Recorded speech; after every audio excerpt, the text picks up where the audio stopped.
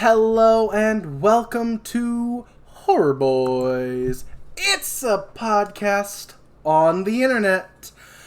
I'm Austin, joined as always by Chris? And Isaiah? That's right, and we are the Horror Boys, the one from the title. I know. We'll take a little bow real quick. Yes, hello. Welcome to our show. Actually pretending that I had a knife in my hand. Oh, I was taking a bow. Slasher films. Ah, yes. Wait, how's that relevant? Oh.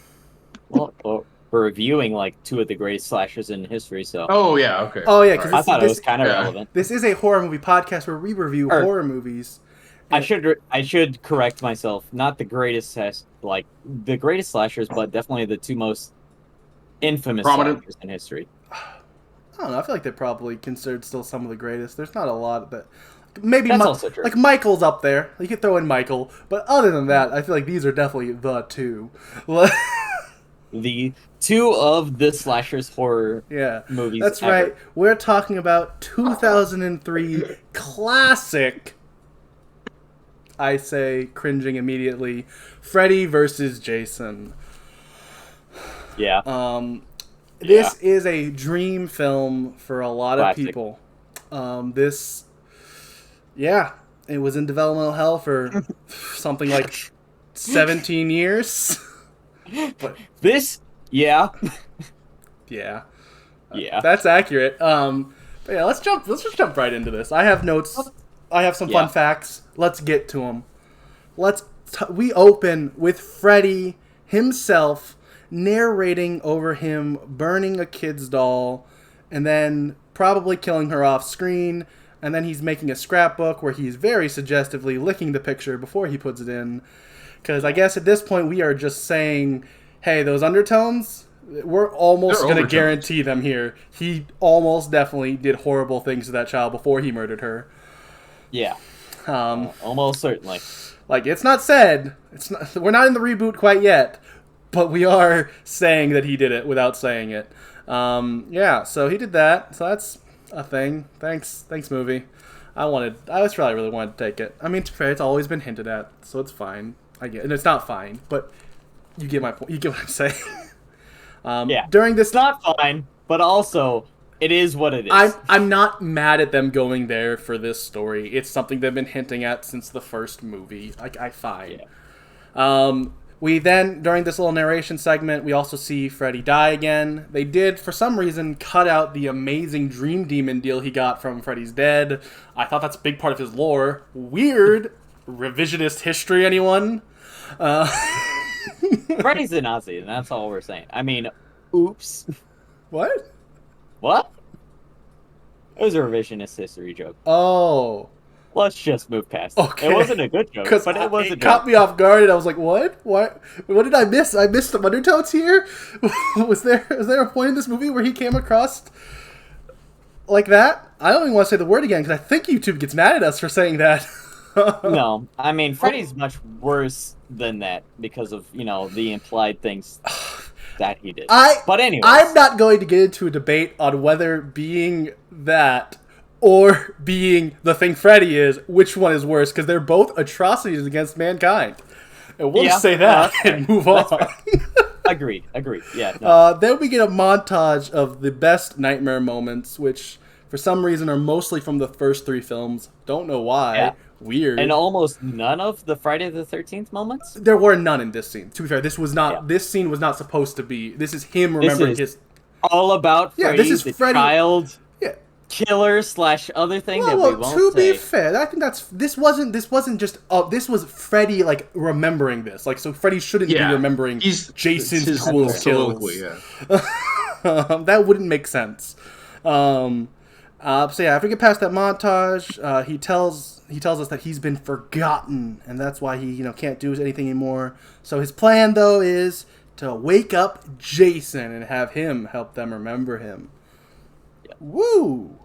Because some reason Jason killing people would make people remember Freddy. Yeah. Well, they do. In fairness, because it's in Elm Street, and in Elm Street, Freddy's the only person who kills anyone ever. I mean, to be fair, if there was a serial killer in your town and then killing started happening again, you would at least think it was a copycat.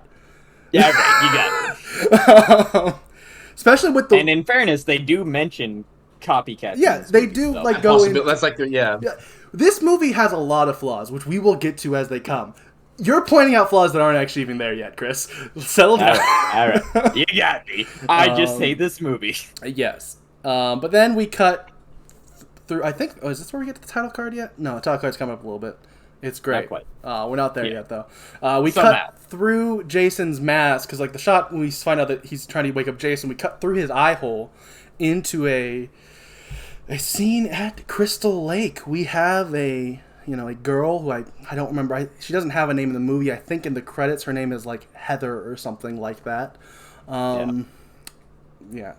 Her name doesn't matter. She's just a random teen who is going skinny dipping. She is yelling out for her boyfriend's name. We hear his name. We never see him. I don't remember what his name was, but we don't ever get to hear her name in this movie. But to be fair, it doesn't really matter because she's gonna die because she's being chased by Jason. So she is doing her little run. She's kind of a Final Girl-esque run. She's running through the forest, but then she trips, and then Jason shows up and stabs her stabs her really hard into the tree. Yeah, she goes flying, which is the first of many times we see this absolutely inhuman level of strength from Jason, especially where he just tosses full-grown humans like 100 feet at a time, and you're like, okay, that was never a thing ever. He did that before. To the level we see in this movie, no. Yeah, I don't know about to this level, but we definitely see some feats. Feats of a little similar? bit. I'm thinking of like in New York when he walks into that diner and the diner bouncer guy comes up to him in an apron. Fun. And he tosses him over the counter. Fun. Yeah. I am so happy you used that as your example because that leads to my first fun fact of this movie. This was not planned, but that is amazingly perfect because in this movie, Jason was sadly not played by Kane Hodder. He was played by Ken Kersinger, who played that diner chef. What? Yes. Yeah. No. The diner chef that got thrown is the same Canadian stuntman who played Jason in this movie. That's awesome. Yeah. Little backstory, because when this movie was like starting and like we talked about being in developmental hell for forever, there was plans at one point or another to have Kane Hodder be in this. He always thought he would be. He was one of the people who was like championing for this movie to happen.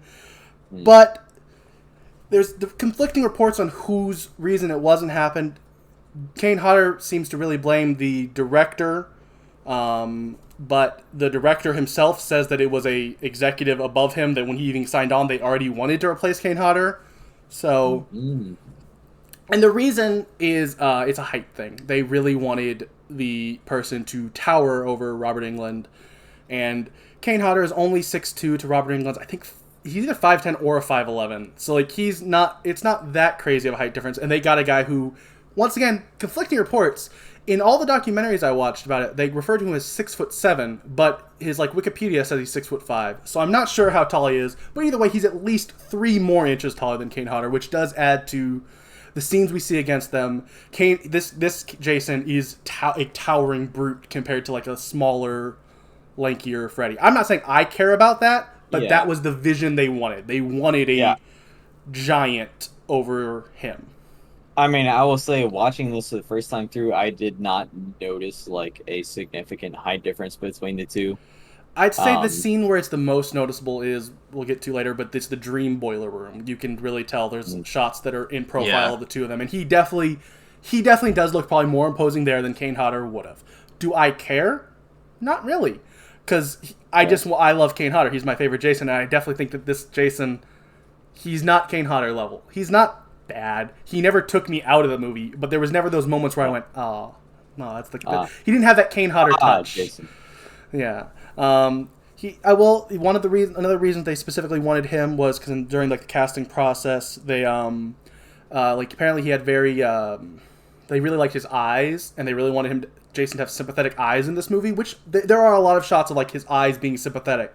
And I do, like, I see it, I get it, and to be fair, they wanted sympathetic eyes for the serial killer. Well, I mean, that's what I'm really looking for. I mean, once again, I don't want to get too deep into this, but this story is definitely Jason being the more sympathetic of the two characters. They want you to sympathize with Jason over Freddy in this movie. A child killer / torturer / other thing I won't say on YouTube versus a guy who got drowned because his camp counselors were mostly neglectful. Takes it out on people that are in some way connected to it, or in his childlike brain could consider they were. Yes. I mean, but I'm not. Is he still a serial? Yeah. His body count is so much higher. Like, he's killed so many more people. Yeah.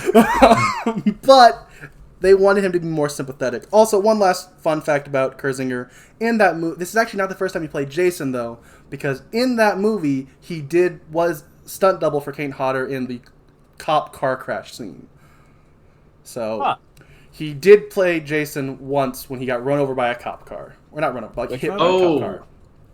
Before she hits Kid Jason, remember when she hits imaginary Kid Jason? That's the part of the scene you remember. But before she did that, in part 8, she ran into Jason first, knocking him over, before then having a vision of baby Jason. Weird swamp Jason that was in that movie way too much. Hold on. Stuntmen have stunt doubles? Yeah. If the stunt's too dangerous for the main actor they want to use for the most of the movie. There are actually, specifically in this movie, Kurzinger really wanted to do, there's a big fire scene later that Kurzinger really wanted to do, but he was told no because he was too important. And fire stunts are dangerous, and if he gets hurt, then they have to try to find someone to replace him for the rest of the movie. Well, yeah, that kind of stuff. It just seems like a. It does seem weird, and I feel like there's also a lot of crazy stunts that, like, Kane Hodder did some of his own crazy stunts in some of the other movies. So it depends. Yeah. It depends on each movie which stunt they're gonna let this. Sometimes it's like, that stunt's a little too dangerous, and we need to make sure you're there for the whole movie, so you can't do that stunt. So, but let's get back to the plot. That's the end of that really long Kurzinger fun fact. Double. Which, to be fair, it is very important to this movie that he is the new Jason. And here's the thing, there was a lot of fan outrage when this movie came out that they didn't get Kane Hodder, because Kane Hodder had been Jason for 4 movies. Yes, he's not the only person to ever play Jason. He's not even the only good Jason. The Jason in 4 and 6 was also really good. But this was the man that so many people at this point associated with Jason.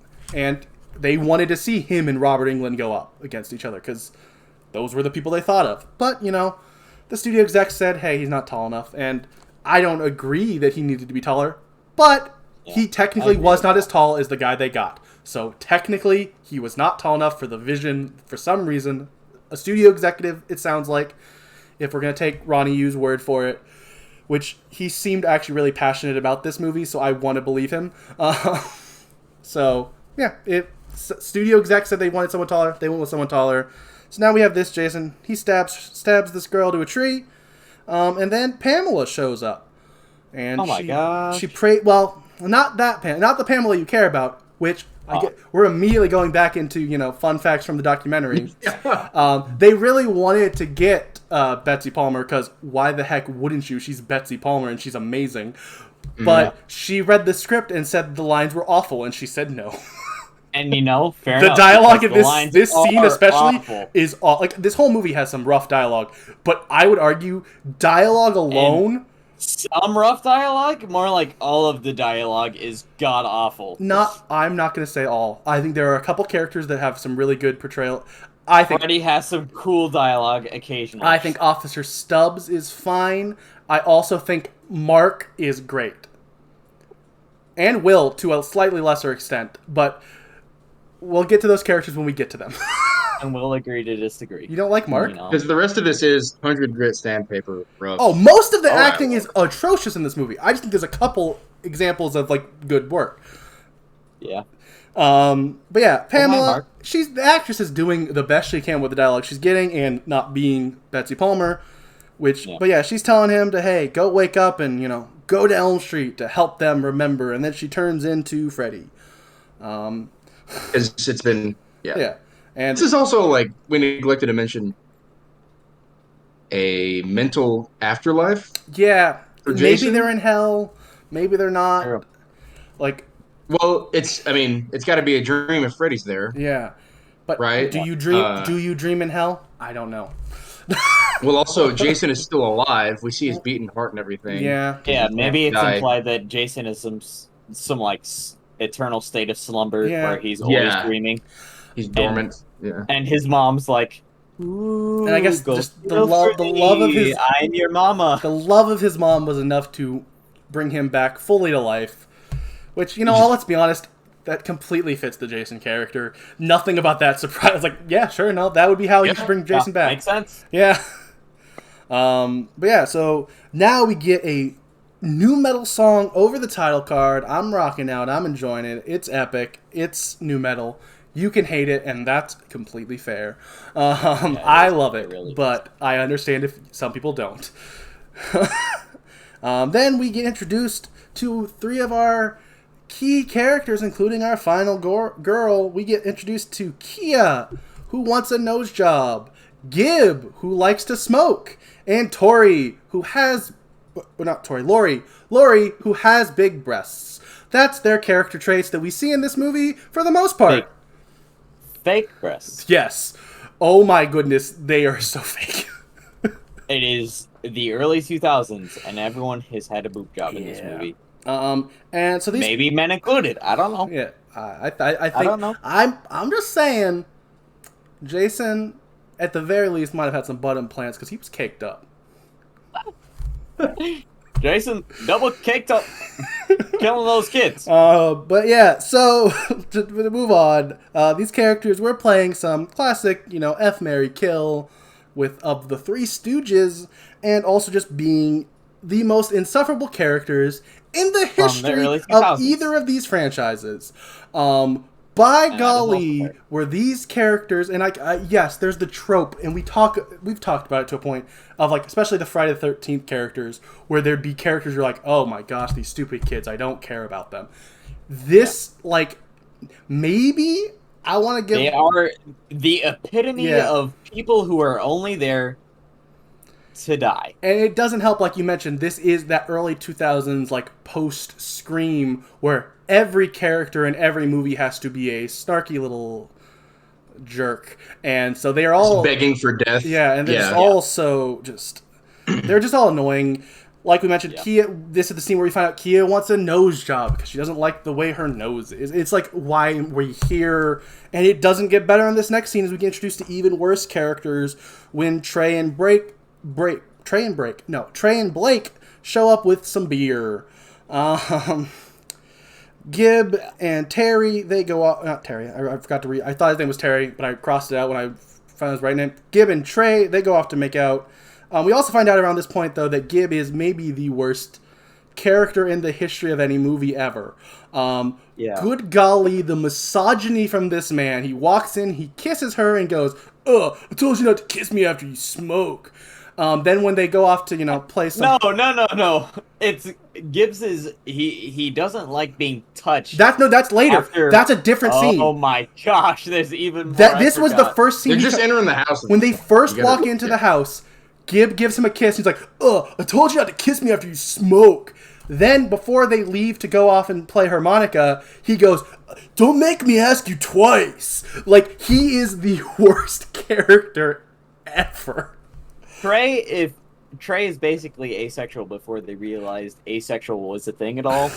But also there's a very heavy hand of misogyny added. I guess. So I'm not even going to associate him with an asexual person because I don't think it's fair to associate him. Because that would be way too generous. I don't think it's fair to associate him with any living human. He is so atrociously screenwriter. Don't touch me. Yeah. You're not a perfect woman. Don't touch me, and also don't touch me after we've played harmonica together. We'll get to that. That's gross. Yeah, he is atrocious, and his friend, he isn't much better. Blake first he realizes that the door is open. What could that mean? We did forget to mention because there was a shot when they got here that we saw that Jason is now on Elm Street. We see his shadow over next to the road sign.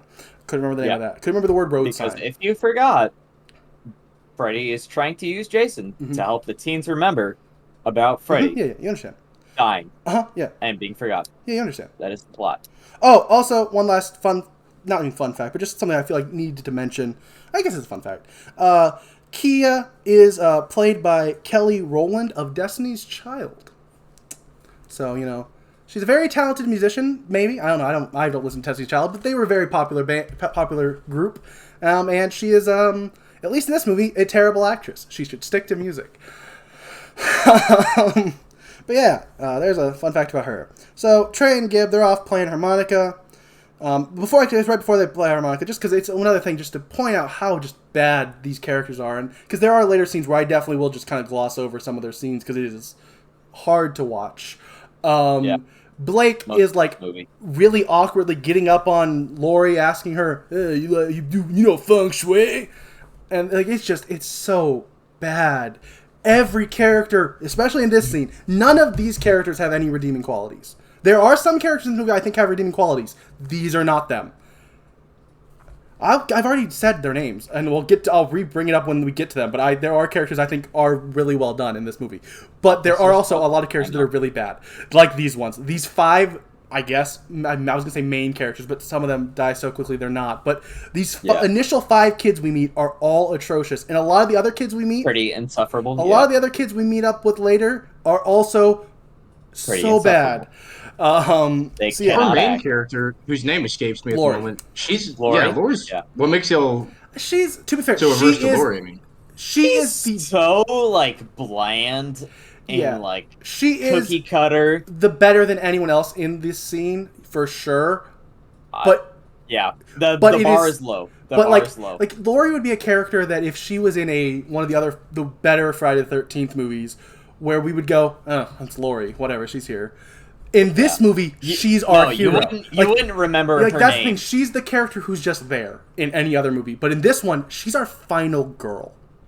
Yeah. That's the thing. I will grant you that she does have that main character curse of like they've written quirks into everybody else, and they think, okay, well now we're at the main character. But we're comparing this to Nightmare on Elm Street, which is part of that, where even some of the bad movies, their main characters are still way more interesting than her. Heather is an amazing character. Kristen is a really well done character. Like even when they change her actor in that movie, the second actress sucks. She's still a better character than this character.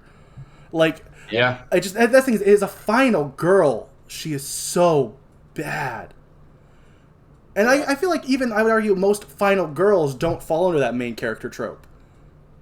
Most of the final girls, somewhat at least, and there are definitely ones who don't, but most of them stand out in some way.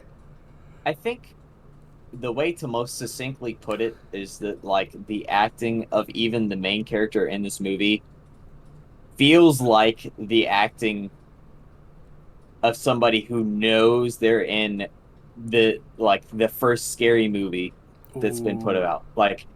And by scary movie, I mean Scary Movie, the Scary Movie. Yeah, that is a parody of horror movies. Fun fact, which I'll throw in here because we're not at that character yet, but just fun fact: Officer Stubbs was in Scary Movie.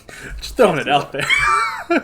Yeah, which is what I recognized him from. I was like, I've seen this guy somewhere before. So yeah, after the harmonica session between Trey and Gib, this is where we find out that Trey tells Gib that he doesn't like to be touched after. And you're just like, what is... All right. Just, oh my gosh, Trey is so insufferable. And I will honestly say, Trey is almost insufferable enough that I love him. Because he feels like it's on purpose. So many of these... almost so ridiculous. So many of these other characters feel like they weren't trying to make them over the top. They just got him to that edge of just being unwatchable. Trey goes just far enough over where I was happy to see him die in the best way possible. I was like, all right, we're about to see Trey die, and this is awesome. Because we are about to see Trey die, and it is the best kill in this movie, I think. Unless I'm forgetting one, which I might be. No, I don't think this kill is pretty darn awesome. Because Jason's here. Well, before Jason shows up, Trey grabs himself a good old bed beer, some post-harmonica beer, and he starts drinking his beer before Jason shows up and stabs him 10 times. Not yet. Chris, The stabbing is also amazing. Don't get me wrong, that's a great ending to this kill, but it would have been stab him like 12 times. The kill, even if he didn't end it, would still have been an amazing kill. The amount of viscera as he's stabbing him like through the bed, like it is on it. I'm gonna go out on a limb and say I might like this more than Kevin Bacon's through a bed death, but probably not. That death is so amazing, I might not. Dude. But all the other ones, this is definitely the second best of the through the bed trope in these movies. Like they've tried to do it like 4 or 5 times. There's really only one other that compares, and that's the original. Yeah. So fair. That's the what? The original.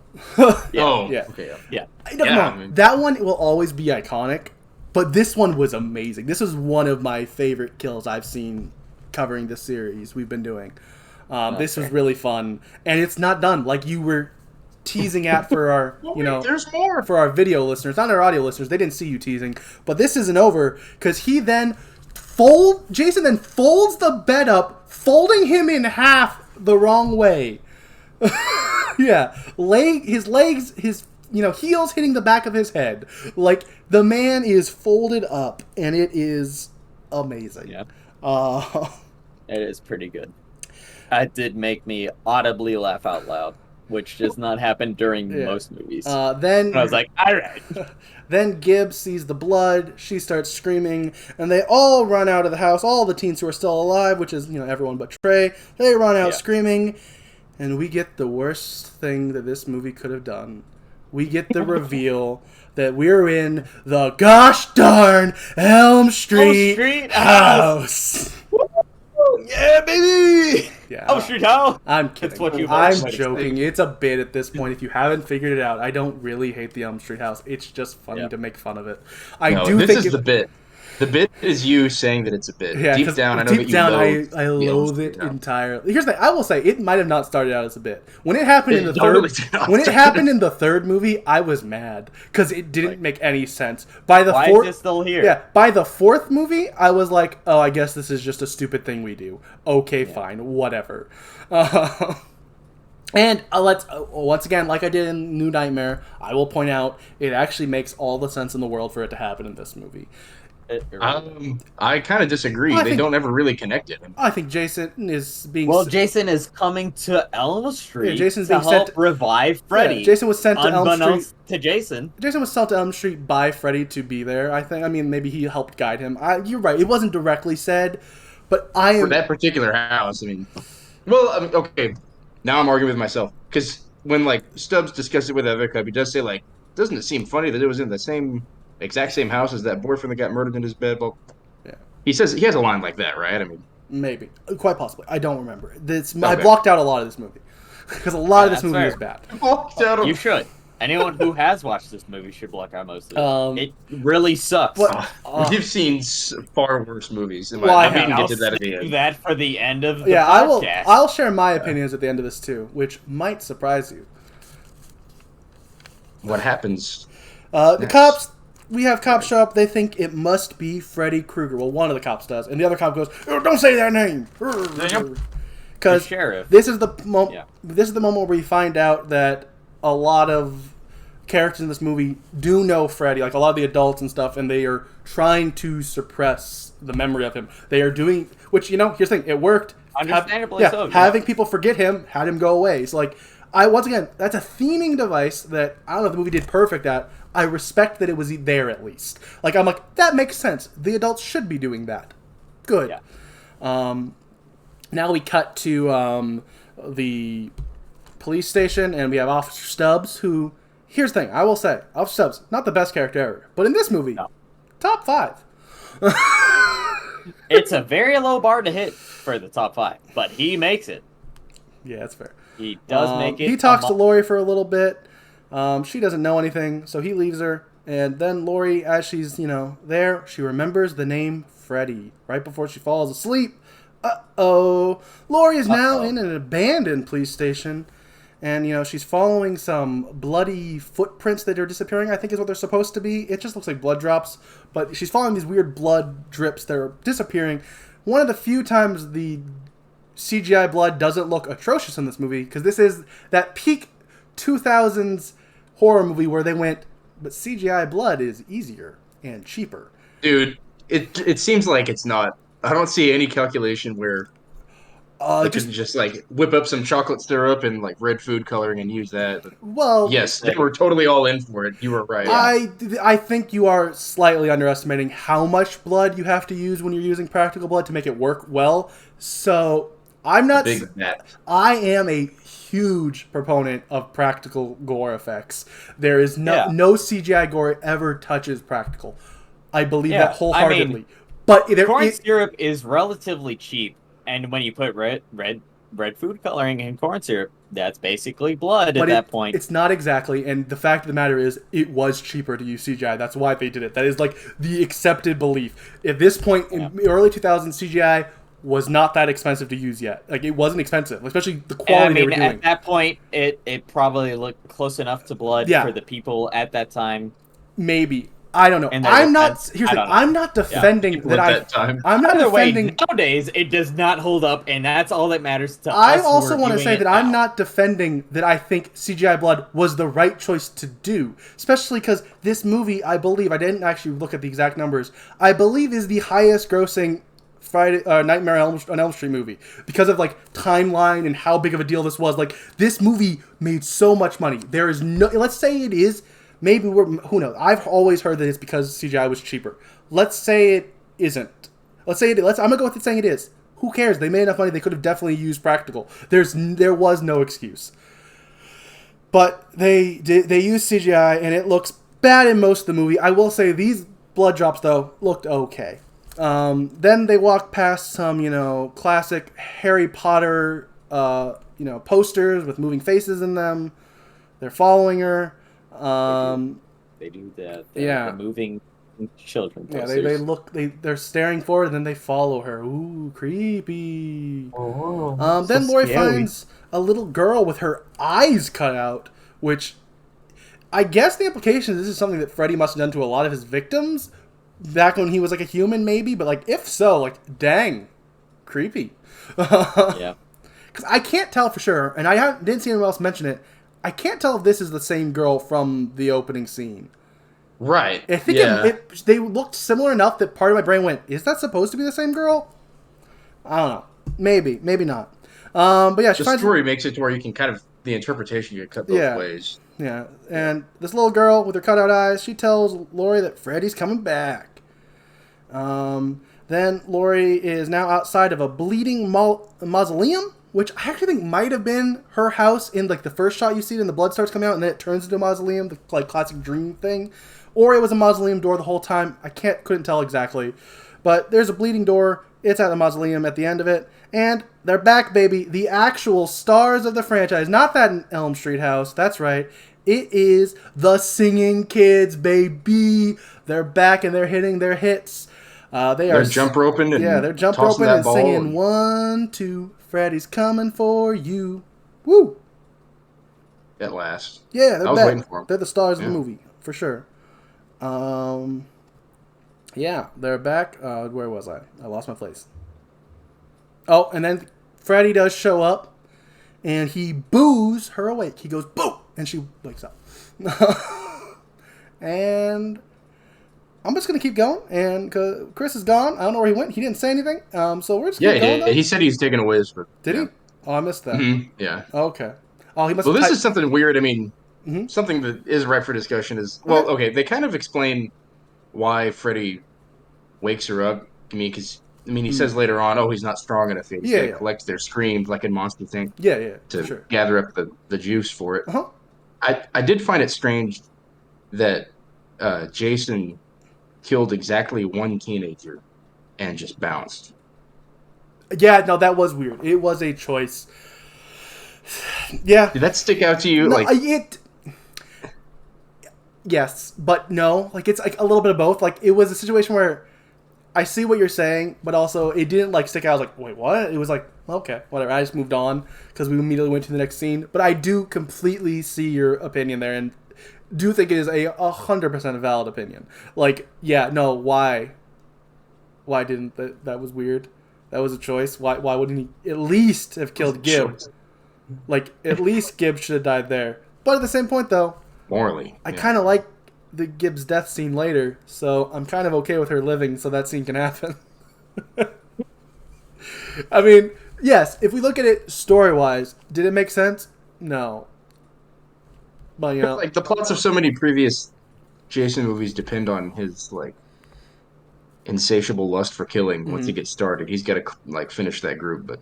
Yeah. Yes, I mean, it unfolds slowly. I guess I'll address this here because I kind of want Chris to be back for this next little section. So I guess I can address here some of the story reason, which I was going to get to later. I'll probably reiterate later as well at the end.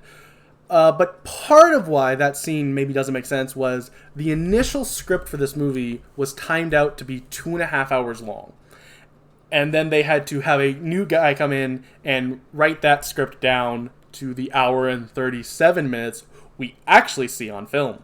So there is a huge chance that there was a scene where they got away and not just ran outside in the initial script. There is definitely a chance that issue. There's a lot of times where, like, logic issues, there might actually be answers to why they happened.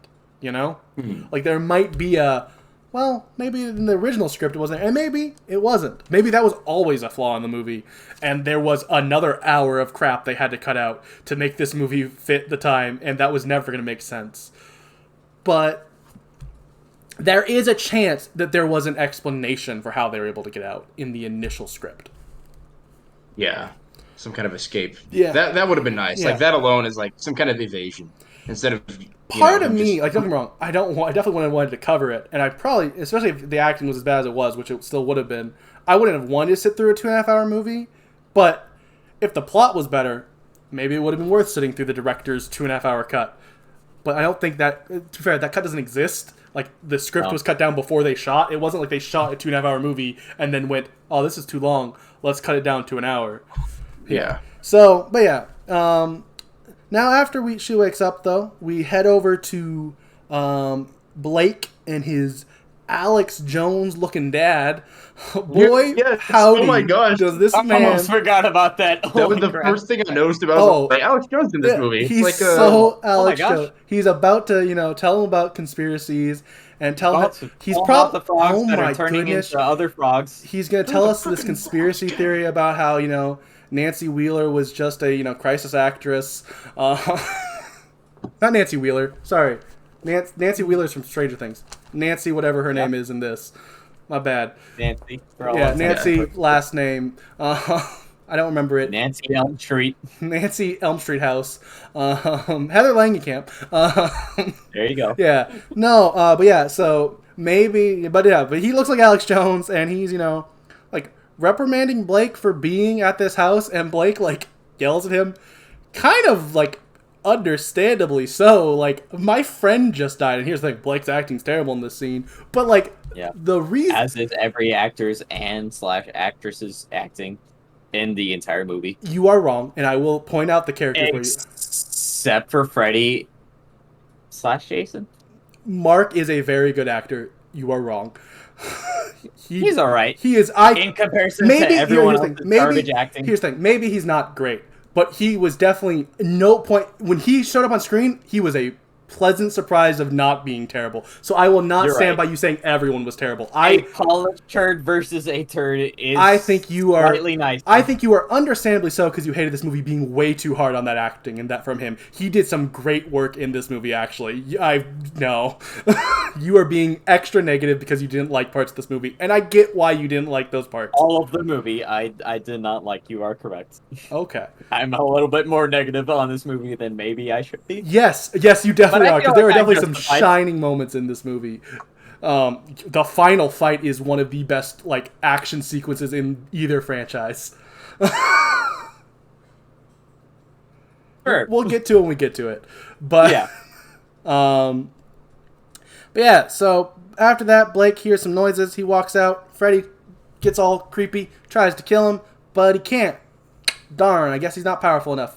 Which, if he apparently now we know he completely works on fear. He cannot kill when he doesn't have enough fear, I guess. It hasn't been established before, but I guess it's been kind of hinted at with the way Nancy defeats him in the first movie. When she takes away his power, he stops being able to do anything. Yeah. Fine. He does work on the Monsters Inc. interview. He does like straight up talk to the camera about it though. How like, I guess I'll let Jason keep doing it, and you're like, all right, cool, Freddy. Yeah. Sure, Jason will do it. Cool. I like Jason more anyway. Yeah. So after that, Jason shows up. Oh, sorry, Blake wakes up and he looks over at his dad, who's sitting real still until his head falls off because Jason chopped off his head, but then I guess put it back up there. I don't know. It was a cool shot. Did it make sense? It was a ninja style, like one clean stroke, and then Here's the thing. Classic anime I style. thought it looked really cool. Logically, it is stupid as hell. I thought that kill was cool, but it was stupid. Then Blake picks up his dad's head, tries to use it as a shield, but it doesn't matter because he's killed off screen with a giant blood splatter. Woo, blood splatter! Now we head to Weston Hills Mental Asylum, which is the same name from the Dream Warriors. Remember the Better movie? Remember Dream Warriors? Oh. We're back there. And we meet... How could we forget? We meet Will, who was mentioned earlier. Will I Am? No, Will, who is played by Jason Ritter, who is John Ritter's son. He's a pretty big actor, and his son's in this movie. Ooh. Partially because the director, Ronnie Yu, had just filmed Bride of Chucky, and he worked with John Ritter in that movie and knew that he had a son, so when they tried to cast this role, he suggested him. So, And I think Will was perfectly passable in this movie. I think he's passable. He's not good, but he's not bad. I think Mark is great. His friend Mark, who we also meet, I think he has some...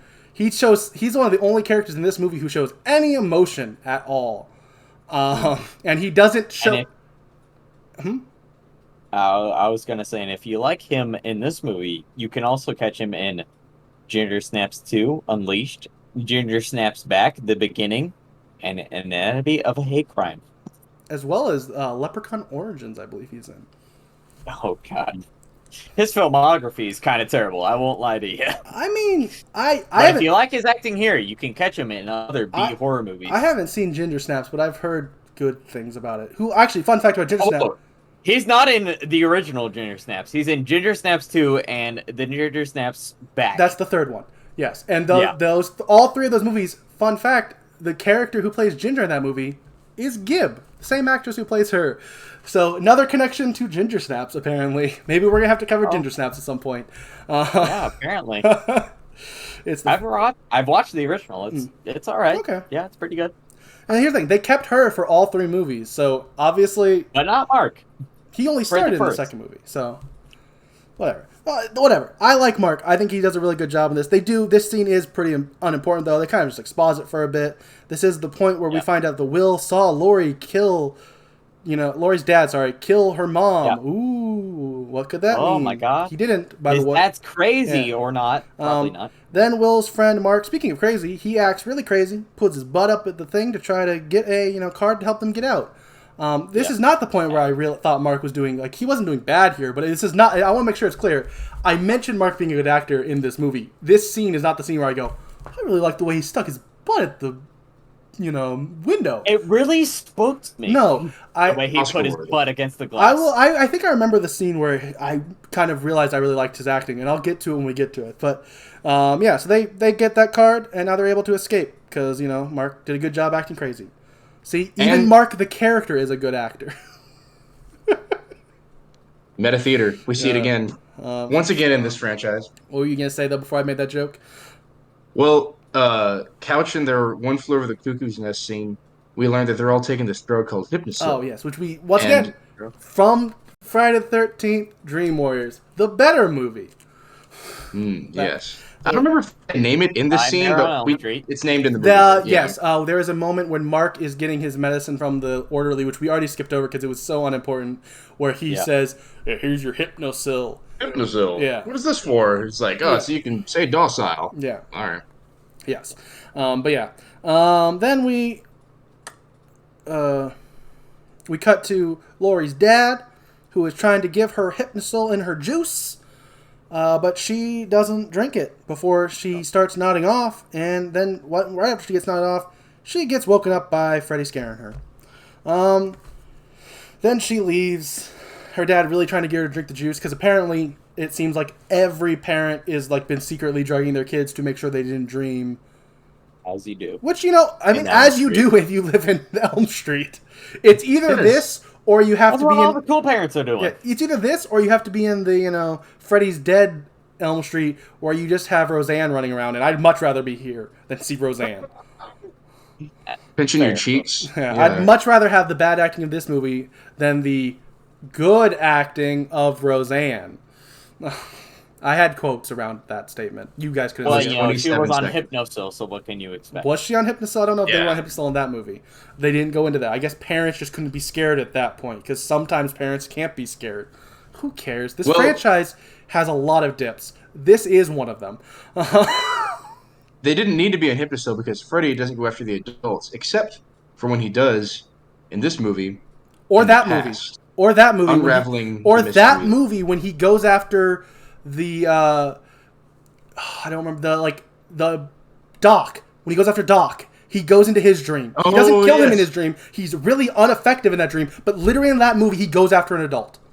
Well, Doc kind of goes after him. You know what I mean? Like, Doc's like, I'm going in. And he goes into the dream, right? Fine, whatever. I don't want to talk about Freddy's Dead. I do think this movie's better than Freddy's Dead, and I would rather watch this a million times over watching Freddy's Dead. Again, it's a low bar. Sure, that's fair. But I don't want to ever think about Freddy's Dead again. I might watch this again someday in my life. I will never watch Freddy's Dead again. So let's stop thankfully talking. From the last movie, we know that Freddy's Dead, and the movies that preceded it were just movies, whereas the last movie we watched was actually reality. And this movie is not reality, maybe. Or maybe... Who cares? Stop analyzing that. You're confusing Freddy's Dead with A New Nightmare. There are things to analyze in this movie. This weird joke meta thoughts we're having are not the thing we should be spending time on, especially you two who like to complain about how long the podcasts have been getting. Yeah, that's fine. All right. You got me. Yeah. Where were we? Now we cut to Gib, who's telling Lori and Blake... telling Lori that Blake and his dad died last night. Then this happens. Kia makes a reference to Columbine. Oh my gosh. I didn't catch this. She makes some thing about how people die at schools now. I don't remember the exact line, but it's bad, and I don't even want to give it more attention than that. I'm just saying I didn't catch that is the first example of one of the huge issues I have with this script of being like, why? Why did you go there for a line? Stop it. It's one of 3 instances that were completely unnecessary, but they were like, I would argue the acting in this movie and the dialogue in this movie is all pretty rough. Yeah, no, but there are 3 points in this movie where it offends me, and they literally do nothing to the scenes. They add nothing. This is one of them. Then we meet Linderman, who he's a nerd at school, and here's the thing, you might say, oh, he's a nerd, maybe he's going to be a slightly more sympathetic character. No, he's just as insufferable. Oh, yeah. There is a line we will get to of his later that is one of the most, pretentious, just stupid lines we've ever heard. What time do you leave? Huh? What time do you leave tomorrow? 9:30? All right, don't move your car up. Looks like we're going to have to. Okay. All right. It is one of the most pretentious lines of the movie. I know exactly the one you're talking about. Yeah, and we will get to that when we get to it. But I just want to reiterate: the only character I like is Mark. The only characters I even put up with are Stubbs and Will. Every other character in this movie sucks so bad. Oh, they're all pretty terrible. Bad. They're all atrocious. And Linderman, he gets bullied a little bit. And then Gib gets invited to a party. It's going to be, the classic, cornfield rave that we all go to in high school. Everyone's been to one. Yeah, we've all been to one. That's what America's like. We have cornfield rave, keg, and stuff like that. Yeah. Then 1786, cornfield raves, Yeah, it's a tradition. I think this is also the scene where we get introduced to this fat stoner, as well as his friend Freeberg, who will matter again later when we decide to randomly shoehorn him into the main cast. Mattered. he is a main character for a period of this movie. Therefore, he matters to the plot of this movie. Main character. He is. He You can technically becomes a relative titular to this character in the movie. movie. he becomes actually a very important character in the plot of this movie. You can hate him and think he's awful, and I agree. But to the plot of this movie, he's actually very important. Does that explain maybe a flaw in this movie? Yes, but he is very important to the plot of this movie. In this movie. One of the many. Yeah, I'm not saying this movie's not flawed, Chris, but you can settle down to hating it just a slight bit so we can get through it. Sorry.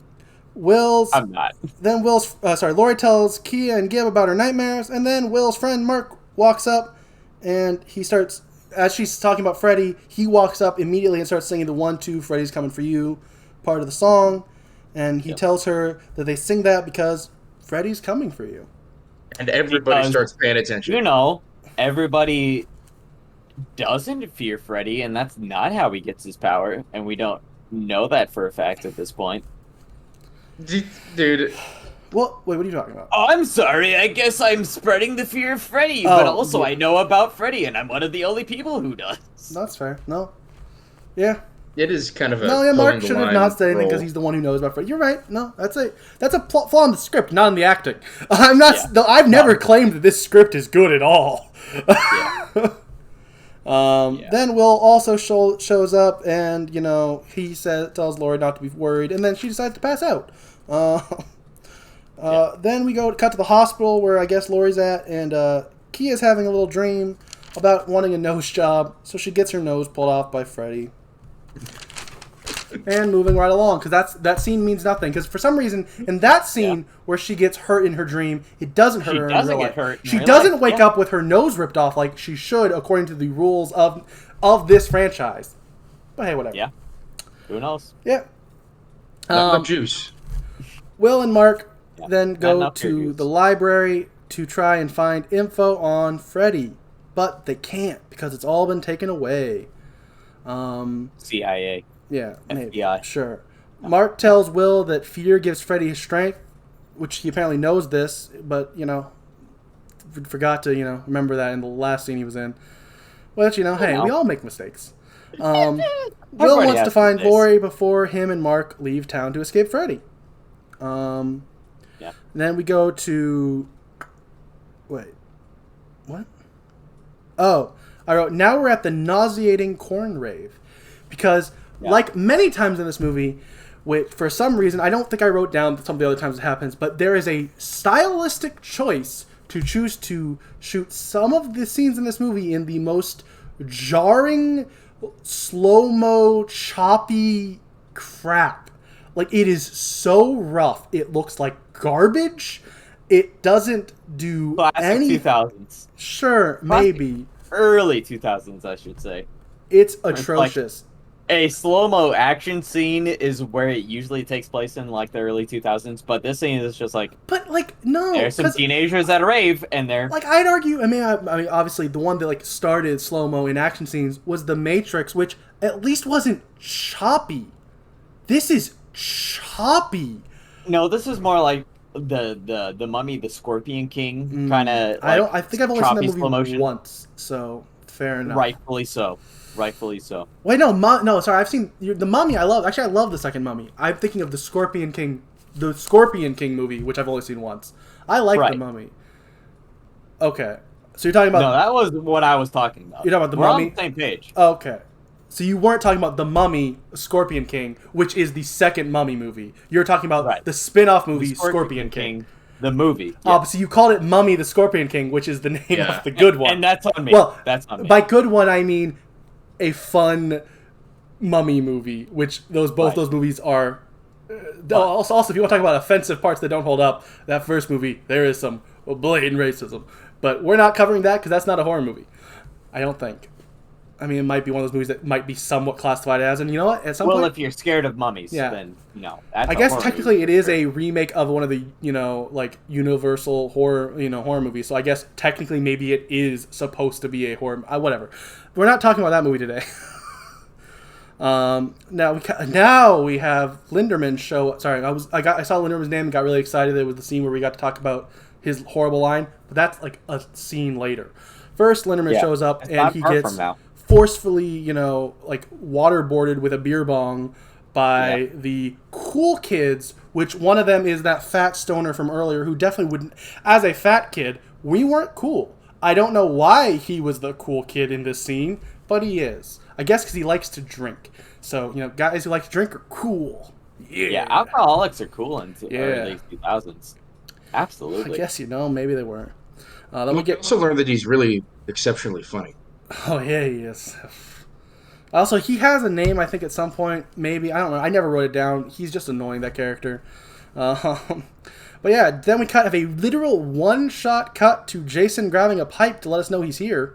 Then we cut to the scene where Linderman tries to hit on Laurie, where Kia tells him that he's just a loser nerd and to stop. So he tells her, trying to remember the exact wording, so I do it justice. Well, maybe you just pick on me because you're so insecure about yourself, and that's why you always wear too much makeup. Whoa, no, Chris, stop. No, you missed one of the best part.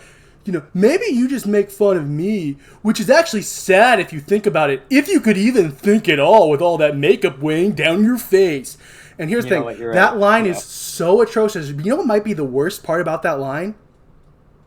Is that it's perfectly in character. I mean, sure, maybe. But no, that... Maybe, as soon as I heard that line, I thought, that is the most characteristic you might be right. But so maybe I'll say the second worst thing, I still think it might be the worst, is Laurie's reaction to this. You see her go like, oh, like a smirk, like, whoa, he got her. Like, she's supposed to be lowered to thinking that was like a good comeback. This is like we're supposed to associate what Linderman said there with like, yeah, good for him. What? No, he was good. It's just like, but I don't know if that's worse or the fact that like later on, Kia is like, yeah, I'm into Linderman now.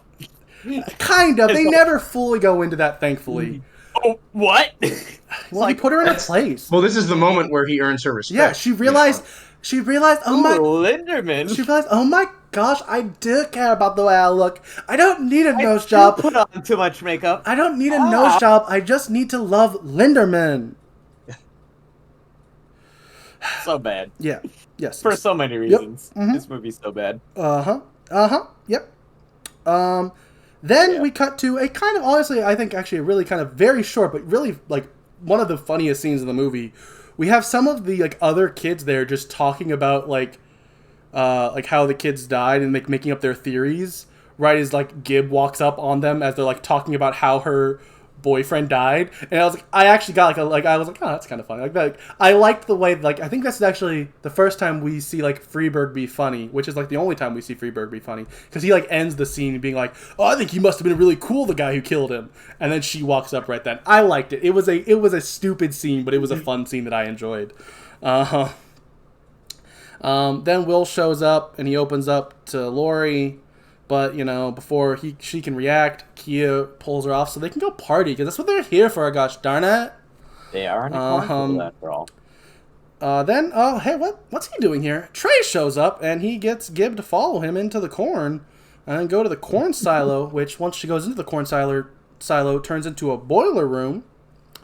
Classic corn silo. Yeah, where Freddy corners her, and then he comes out of the wall after she runs away from him, and then then we cut away real quick to a very creepy implication, because one of the some guy at a corn rave. Yeah, one of the ravers, the raviest one there. Yeah, one of these the raviest ravers shows up and just kind of like looks over at her prone, knocked out body. We'll cut back to that. Don't worry. Yeah, and if you're thinking well, they're not going to go there. They go there. They do. Yeah, they do. Kind of. Yeah. Then we cut back to the cat and mouse in the boiler room, and Freddy catches up to her, and she trips. Then we cut back to the dude, who is kissing her passed-out body. Cool. I'm glad that's in this movie. Yeah, super. Back to the dream, and she's hiding in a locker. But, Freddy finds her, and he's just about to slice her when he gets spurted with blood because Jason just killed her and the creep and he throws the creep into the air, like 10 feet into the air, flings him. No. Yeah. That is a supreme under-exaggeration. Fair. He flies like a freaking Power Ranger This through is the one air. of this is one of I would say earlier he does it like when we mentioned it, and I say like, oh, I don't know, that wasn't that bad. Maybe that scene wasn't. This scene, and there's another death later. Another death and another moment later. There's 2 moments in the final area which we will discuss where it goes, wait, what? He did what? Dude flies like 20 feet vertically in the air and like 30 feet out into the cornfield and just... It's a little more strength than I think he's ever shown in any other movie. It's a little too much. But yeah, then we cut back to Freddy, who is very mad because that's my kill. Which I will say, if it wasn't for the weird sexual assault implications in the middle of this scene, this might have been one of my favorite scenes in the movie. I really like when Freddy catches her, but doesn't get to kill her because Jason killed her at right before he was able to. That's really fun. Too bad she was also being sexually assaulted as it happened. Yeah, and this is really the pivotal moment where it becomes Freddy versus Jason. True. Yes, very pivotal. I have to say, personally, I don't think the offensiveness of a movie has any bearing on its quality. Same applies to a particular scene. And the fact that this was assault, I think, up to the tension, inviting the kill that was so inevitable.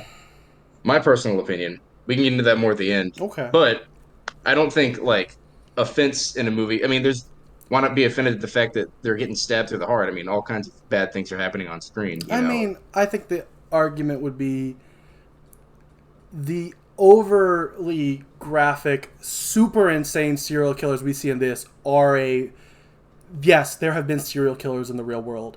There have never been a Jason Voorhees in the real world. There are sexual assaults in the real world, and that could very easily take someone out of this movie who is a sexual assault survivor, and I think it's just not necessary. I don't think it added anything, and it definitely could have triggered someone very badly and really ruined their day or more. And it added nothing. Now here's the thing. No one's ever been, killed by a serial killer and then went to this movie and was triggered because there was a serial killer in it, because they're dead. Or let's say their family was killed by a serial killer. They're not going to see serial killer horror movies. You might accidentally go to a movie like this if you were a sexual assault survivor. So I feel like it doesn't add anything. And it just has a risk of really hurting someone's life. Yeah. I think part of it also comes down to tastefulness, where oh yeah, this was done, but in good taste. I don't think I don't think most of the jokes in this movie were done in good taste, and they were just boom, let's throw that in there, and it's just this scene was certainly not tasteful. No. I'll give you that. Not. Yeah. I see what you're saying. I do think there are an argument for being purposely put you in a situation where you don't like what you're seeing to build tension. Yeah. I don't feel like this built tension. I went, oh, gross. Why is this happening while Freddy's trying to kill her? I would agree. It literally just took me out of the movie. Yeah. Because it felt too real, because that crap happens in real life, and odds are if Jason didn't kill that guy would have got away with it and lived his life happily afterwards.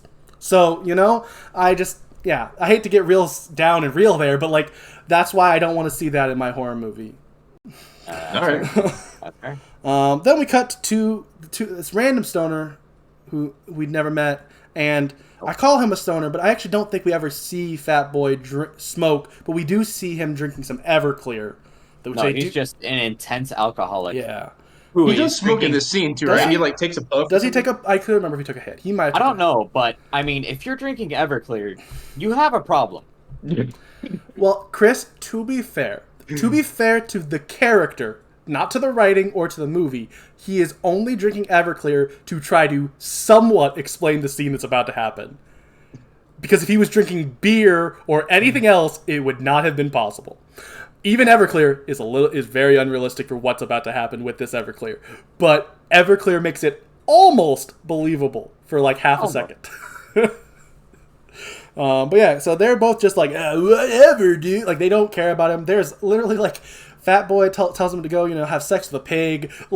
It's weird. It is a weird scene. Yeah. He's trying to be funny. Like, oh well, he's a hillbilly. Yeah. And clearly he does. Overalls. Sorry, I say have sex. I meant he Yes, goes playing thanks. harmonica with a. Thank you. I'm sorry for being offensive. Preserve the integrity of our podcast, Austin. Sorry. Then the other one, he gets his neck snapped, and the fat one, he throws the Everclear on him and then lights him on fire, and then starts being chased by Flaming Jason in a honestly really cool shot. Like it's like overhead, and you see like the cornfield burning. The cornfield's catching on fire. Yeah, it's really cool. Then Jason throws his flaming machete through... Because his machete was not on fire previously, but for some reason is now. Yeah. The Everclear is slowly traveling down his body and onto his machete. Also, the Everclear, which is, just alcohol, which typically alcohol burns out immediately. It would have been a really cool fireball, and that would have been it. It's still burning. This whole, pretty long scene for a fire burn implication. And he throws the now flaming machete at the fat drunk, killing him. Then he kills three to 8 randos at once, and then he takes the last one out with swiping near him, hitting the keg and missing that guy, but that guy's blood starts spurting out even though he clearly was about a foot away from that guy. I didn't notice that when I first watched it, but I watched someone else point it out, and I was like, oh my gosh, yeah, no, the guy is missed. You see that shot, and you're like, oh, he misses and he hits the keg so we can put him out from the fire scene. I thought that was the point of that scene. But no, that guy also has his chest start bleeding right after the keg goes, even though he missed him. Well, that's just our Jason. What can you expect? Jason's just so powerful. He went, and he was bleeding. He's got an airbender thing where he can slash, and then the air that he slashes also slashes a little bit in front of him. Sure, yeah, whatever. I don't care. Unconfirmed. That's just the fan theory. Oh, okay. Then everyone else starts running away. Most of them don't. Most of them die. But don't worry. The characters with names and the long-haired stoner, who we will later find out is Freeberg, they all escape into the van. Yeah. Lori and Will are the last two in the van after they drop everyone off. And Will tells Lori about how he saw Lori's dad kill her mom. And then we get a flashback where, of that killing her mom.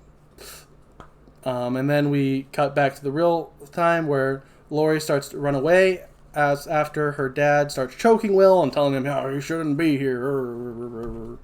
I'm mad." Then her dad follows her, and she confronts him about lying to her. Now we go to Mark's house, and he's in his room. He sees that his bathroom is steaming. And then until he goes in and he finds out that it's just fine, actually. So he's good. He goes in and he takes some medicine called Wake Aid, which he tries. Oh yeah, sorry. But then it falls down. Yeah, I will say I am actually very disappointed in a movie that brought back Hypnosil, did not bring back Stay Awake, the number one staying awake drug. But whatever. He took, Wake Aid. Then we get, after he drops that and he closes the mirror, we get classic, characters now in the mirror. Freddy's in the mirror. Yeah, character in the mirror shot. Freddy's there. Then his dead brother is in the tub. And there's a lot of blood. And then there's these weird bloody tendril snakes that start getting into Mark's feet. Then his brother's, his ghost brother, not really, not ghost, but his Freddy dream version of his brother is really mean to him. We also see that he took his own life, and I will say this is actually an example of a scene that is kind of, graphic and maybe upsetting. I actually think was done slightly more tastefully in the sense of it was trying to make this character freak out. The other one, of the most believable scenes in the movie. Yeah, and it also was, once again, slight credit, very few times that happened in this movie, to the writing. They do mention earlier in the movie, Mark mentions that his brother, it was labeled a, word I can't say on YouTube. Which is now confirmed in this scene. Not live. Yeah, where he did it himself. Yeah. Yeah. So then, as this happens, Will and Lori. Sorry, Yep. she's so unforgettable. Will She and really Lori, is the least memorable part of this really movie's main is. character, which is insane. Yeah, and she's the final girl. Spoiler alert. Oh, Will and Lori, they show up, and as they show up, he catches on fire. And then he gets his face slashed. Then he falls back, and once they get in the room, they see that on his back is a message saying that Freddy's back, which I think might also be a pun because it was literally on his back. But hey, it was okay. Here's the thing. That's a clever pun. I respect that if that's what they were going for. If that was the quip for that scene, was like having him say Freddy's back on his back, I respect that one. That was well done. I honestly think it was. Yeah. I think it was. Yeah. And that's about the only clever quip they get away with. Mm-hmm. Yeah. Now we cut to the sheriff, who is telling Stubbs that, they cannot contain this killer. It's like it's a very expositional scene, basically like, oh, stop trying to think it's, this Jason. person. Yeah, because I think at this point Stubbs is like, hey, my theory is that it's probably a copycat of Jason. And you're like, yeah maybe. I guess that makes sense, because why would it be Jason? He should be dead. And then the sheriff's like, no, we can't talk about this guy at all. Because if we do, we'll give him more power. Which, once again, it's not a well-done scene, and even the dialogue's kind of not great, even in the scene. The sheriff is acting the way that sheriff should act. Yeah. Respect to that. Mm-hmm. He is be like, no, shut up. We're not talking about this. Nothing happened because I don't want hundreds of more kids to die. Fair. Incredible. Now we cut to the worst scene in the movie. We cut to Kia, Will, Linderman, Lori, and knockoff Jay from the Kevin Smith movies. Sorry, I mean Freeberg. He is so he screams Jay from Jay and Silent Bob, to the point where they literally even made a fun fact in the documentary Never Sleep Again, which is the Nightmare on Elm Street documentary that goes over all the movies. When they get to this part, they talk about it being Jason Mewes. Like, oh, the guy looks so much like Jason Mewes, and then they interview Jason Mewes. He's like, yeah, when I was cast as Freeberg, it was really cool. Well, I'm not in this movie, and then he gets up and leaves. It's great. They realize, the documentary at least realized how much this character felt like a knockoff Jay. So, they're at the house having some crappy exposition. Then Stubbs shows up, and the exposition continues. He tells them about Jason now, because they were just mostly talking about Freddy, except for, I think it was Jay/Freeman. Freeberg, not Freeman. Freeberg, who thought, oh no, Jason seems a lot cooler. He's big and crazy. Look at all the people he's killing right now. Somehow, with really no explanation, during this weird exposition scene, Will somehow just figures out the plot. Well, maybe Freddy brought back Jason so we would remember him. Dude, there's no intermediate step at all. No. It's like there's nothing like maybe he brought him back for some reason. Figured it out. Yep. Speaking of atrocious, stupid writing choices, Lori goes, Freddy was killed by fire and Jason by water. How can we use this? Something that she didn't know. No! The whole progression of the movie where it's been good and steady has depended on her not knowing anything about these two people. She just heard about this dude. Anyway. Yep. Then all the other characters, just one after another, I figured out the plot of the movie because the writing has dictated that I need to. This is the worst scene in the movie because it is filled with pretty much all actors who can't act, and the dialogue is atrocious. The choices make no sense. It makes no sense. Yeah, everything sucks in this. In this specific scene. In this same scene, they decide to sacrifice a virgin, which would have to be Lori because all of them have had the sex. Even Linderman, who paid for it. I was gonna say. Well, first they look at Linderman, and then he's like, "Well, it counts even if you paid for it." Get it? No one wants to sleep with me because I'm insufferable. But hey, prostitutes, it's their job. Studio harmonica musicians. The term. Sorry. Yeah, studio harmonica musicians. They're hired. They're hired to come in for the album and then they leave. They don't get credit. But yeah, gosh. But then they start coming towards her, which is when we realize that this must actually be a nightmare of Laurie's, not real.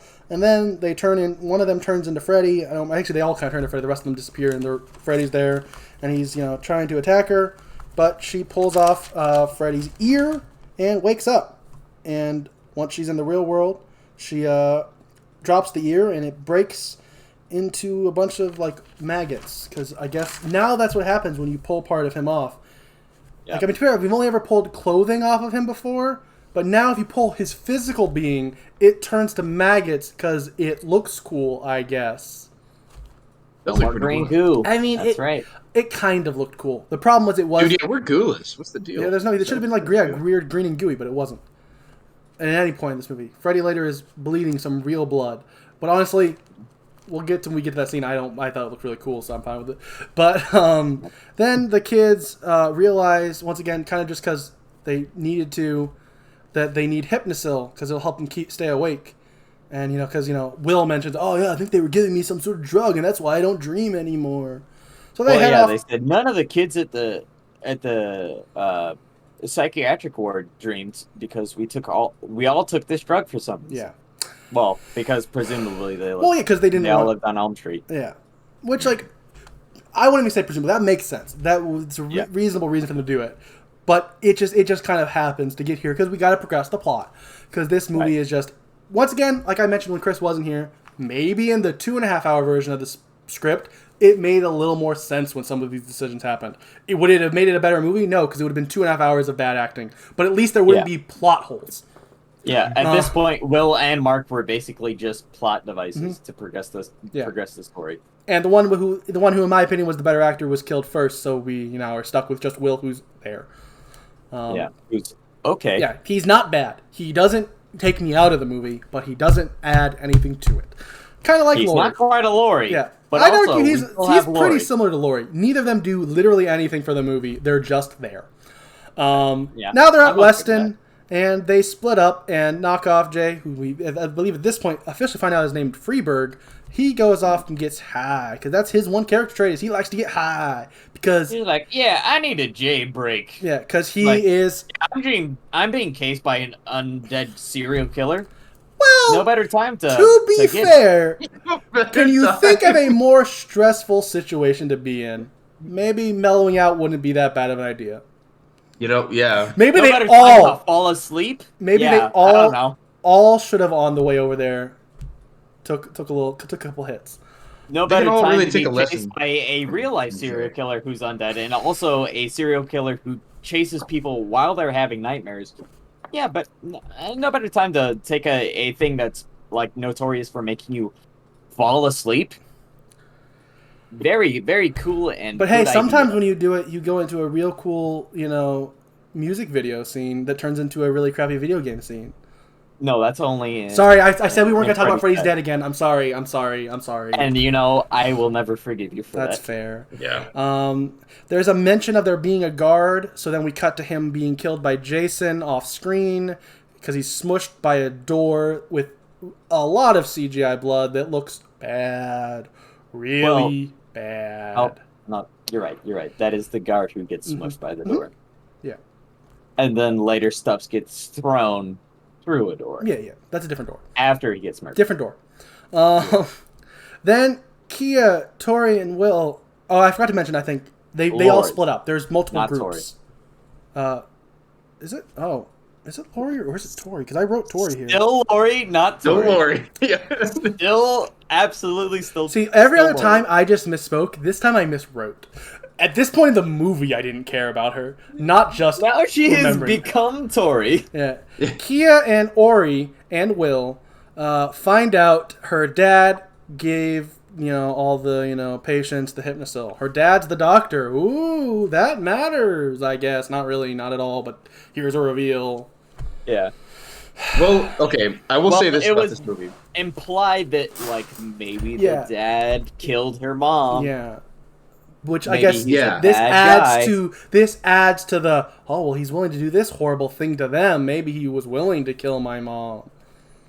whatever. I think also one it's not thing written well, so that this movie does have going for it that distinguishes it from some of the others in this franchise is that we do have this secondary plot that's kind of a mystery in the character of her dad that unfolds really well. It would be better if we actually saw more of him because his character himself is pretty undefined. I was But- gonna say it's more of a secondary plot in the factor that like most sitcoms have a B plot going on in every That episode, means, It is, and then it sitcom-y. gets resolved in a scene. and it doesn't. Like- I would argue the literal Freddy opposite killed him. of you. That is some stuff we could have added that they literally added in this movie that feels just like I don't care. Once again, I will give the It's just tacked on. I will give the writers, once again, I'll give the writers credit. Maybe in the 2.5-hour version they wrote, that plot line actually felt like it mattered. To me, But we did seeing not the final get the product, 2.5-hour version. I don't care about this dad plot line.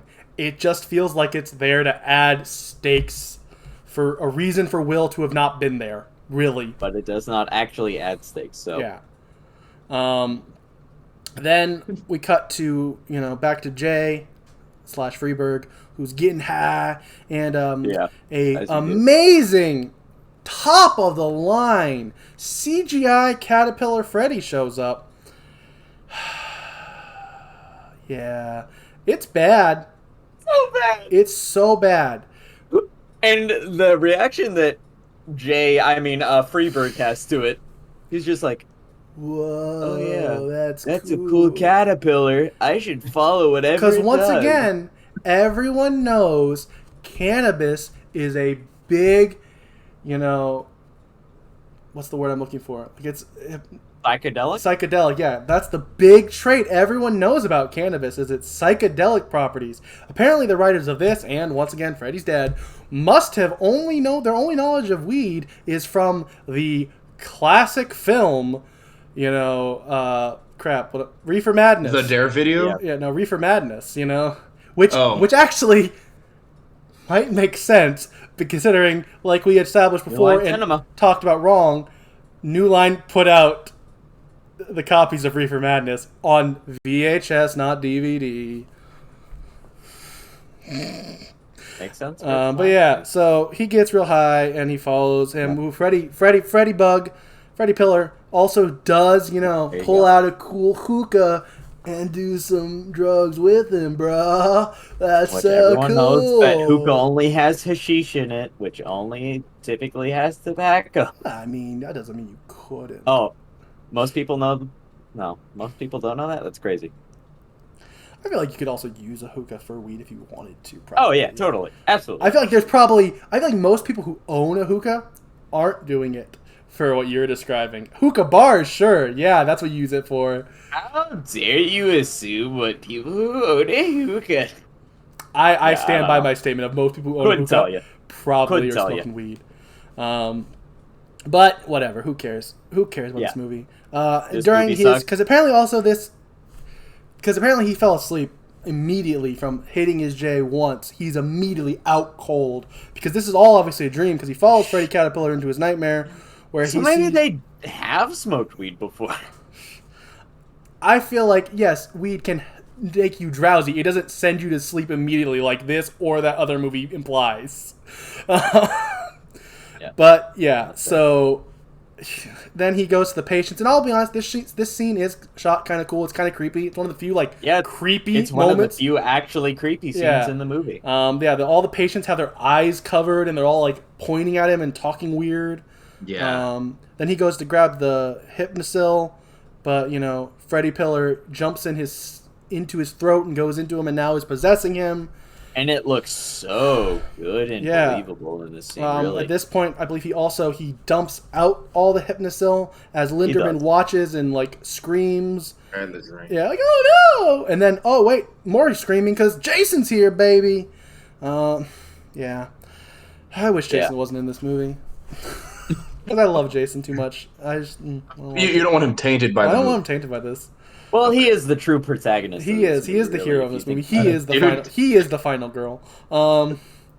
Then Jason is, hits his machete on this electrical equipment and electrocutes himself, but Officer Stubbs is holding on to him, so he now gets killed by electricity coursing through Jason. Pretty cool. I liked it. Yeah. Linderman grabs Jason's gun at this point, and I think he tries to shoot Jason at this point, but it doesn't matter at this point. And then he runs away. Yeah. He runs off. Then as he runs then off, Jason takes Stubbs' head and smashes it. Not yet. First, we cut away to Freeberg filling some syringes with a sedative. Then what is it that Immobicil or something stupid? It's like it's also is it really? I didn't read the label. Like they pull an avatar and call it unobtainium or something like that. Yeah, they're like, what's immobilize? But if we made it a medicine, I mean, let's be honest. Why are we jumping to unobtainium when we literally have a series with a drug called Hypnosil and we don't question it? I don't question Hypnosil because it doesn't like hypnotize them. The name is so dumb. It has an oblique relationship to what it does. It's whatever. I just think it's a shot where we see the name of it and they don't draw attention to it. Really, it's just there. What we're actually supposed to be drawing attention to is that label where it says that it's supposed to be highly diluted, and they're not diluting it. That's what we're actually supposed to be being addressed here, not the fact that it has a stupid name, which it does have a stupid name. But why not? Yeah. Why not both? Yeah. Then we cut to Jason, who is throwing Stubbs through the door at Will, Kia, and Lori, who are in the place looking for the Hypnosil, which is no longer there. Right. Which is all in the drain at this point. They don't realize that quite yet. They're just kind of trying to find it still. But then once Jason comes in, they run off. And then, as they're running off, they try to leave. But hey, look, it's Freeberg. And he's like, I got this one, B-word. B-words. Because he is Freddy right now. Because Freddy if Freddy possesses you in his dream with a bug, you then are possessed in real life. That's the rules of Freddy Krueger. Yeah. It happened in one of the Jason I guess movies, to be fair, in the second movie, we do see him possess someone, so it has been established that he can possess someone, but not at all in the way he's doing it here. But with a big bug? Yeah, with a giant caterpillar going down his throat. Yeah.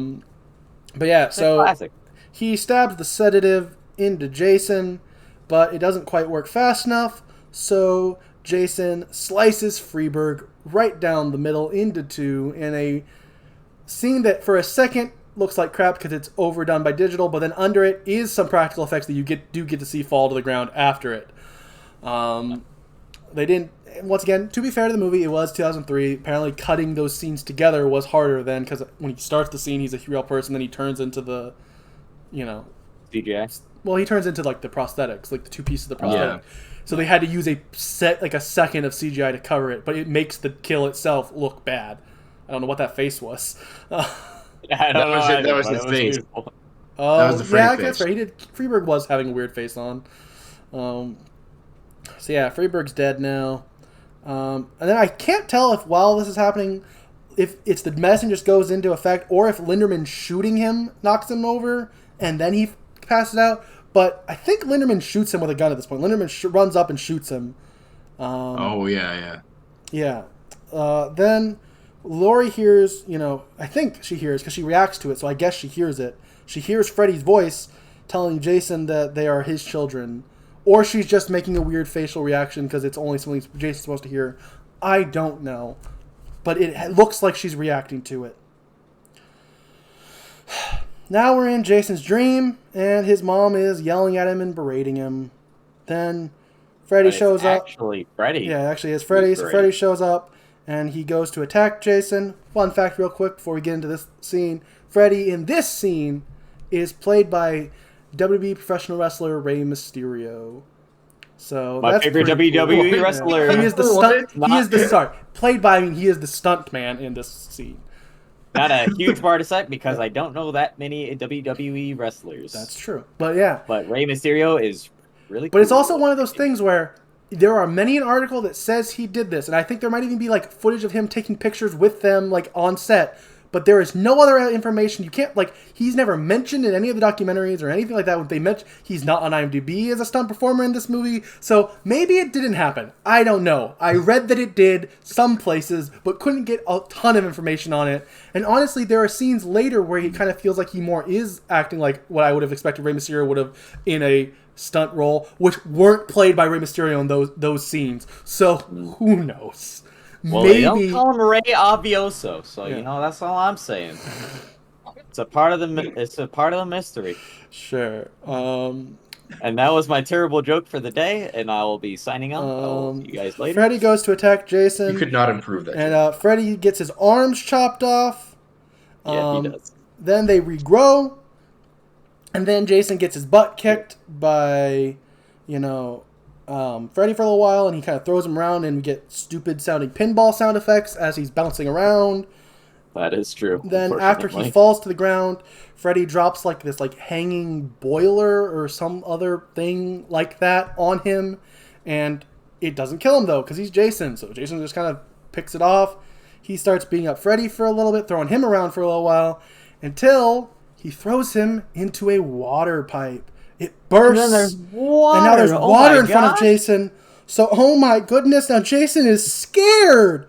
Because, remember the fire versus water thing that Lori mentioned earlier? Yeah, because he's scared of water. Remember in literally every other movie we saw Jason where he chooses to swim out and do things in water. Literally submerged into water? I stand corrected. It's like where he lives. He's like a frog. He's this amphibious monster. He comes up out of the water. He did not do it in every movie. In Jason X, he's in space. In Okay, 9 of the 10 movies, also not in 8 and 9, because in 9 he dies at the beginning of the movie and then isn't in it. I'll tell you a movie where he does come out of the water is this one. Later in the movie, repeatedly, where we see him come out of the water into his watery lair, and he's got like a big watery closet. We don't know how much of this is a dream. It is a dream. He's presumably dead at that one scene point. is a dream, but you are right that he does that, and also he comes out of the water later in the movie. Like, he's also come out of the water in literally every movie. Every movie. He loves the water. That's he his literally swam off a crashed boat to a dock in New York in Or 8. walked across the bottom of the ocean. Whatever. to New However York. he did it, he wasn't scared of water. He was never scared of water. And once again, this is one time where I will actually give complete credit to the writers, unless they're lying later on, which they definitely could have. But in in the documentary, they blatantly say, this was not in our script. We wanted to maybe hint at an underlying fear of drowning specifically, which would make sense. But instead, for some reason, once they got to the actual scene in this movie, due to the rewrite or at some point, it is Water. Water goes in front of him, and Jason backs up, and Freddy goes, we got your fear, or something to that nature, being like... And then later on, we plan to introduce 2 more serial killers who were infamous, and then have Earth and Air. Well... And then we would have the avatars of the serial What are you talking about? killers. Obviously, Michael Myers hates Earth. Everyone knows that. And Chucky is afraid of being thrown in the air. Everyone knows all this, guys. He's so light. It was just really innate to the character. Or Leatherface. Well, actually, let's put Leatherface in there instead of Chucky. I don't know which one he is. He's either Earth or Air. I don't care. He's the meat character. Yeah, he's afraid of, being his... He's afraid of his family, really, because they're mean to him. Vin Diesel? Oh, yeah. No, not Vin Diesel. Not the family from the Fast franchise. No, the Sawyer family, his family. But yeah. Yeah. So then we have Freddy stick him with his claw. Oh, sorry. Then Jason is little boy Jason, because what's everyone's favorite movie? Part 8. 7. 8, yep. Where he becomes a It little... does make sense for this scene. It kind of does, because he's in a dream. I am fine with it, but it's like, okay. But did he need to become a little boy before he went into his dream palace? Maybe, have that be the deep-seated dream palace thing. But instead, it was, I don't know, it always looks stupid when you make, especially because he was wearing the mask in the scene. It really just looks really That was egregious. weird, yeah. They gotta unmask I him. will say, this scene is not nearly as flawed as the Part 8, he's randomly a boy again. But it was just, it does remind me of random boy Jason for some reason. This one does make a little more sense. I agree.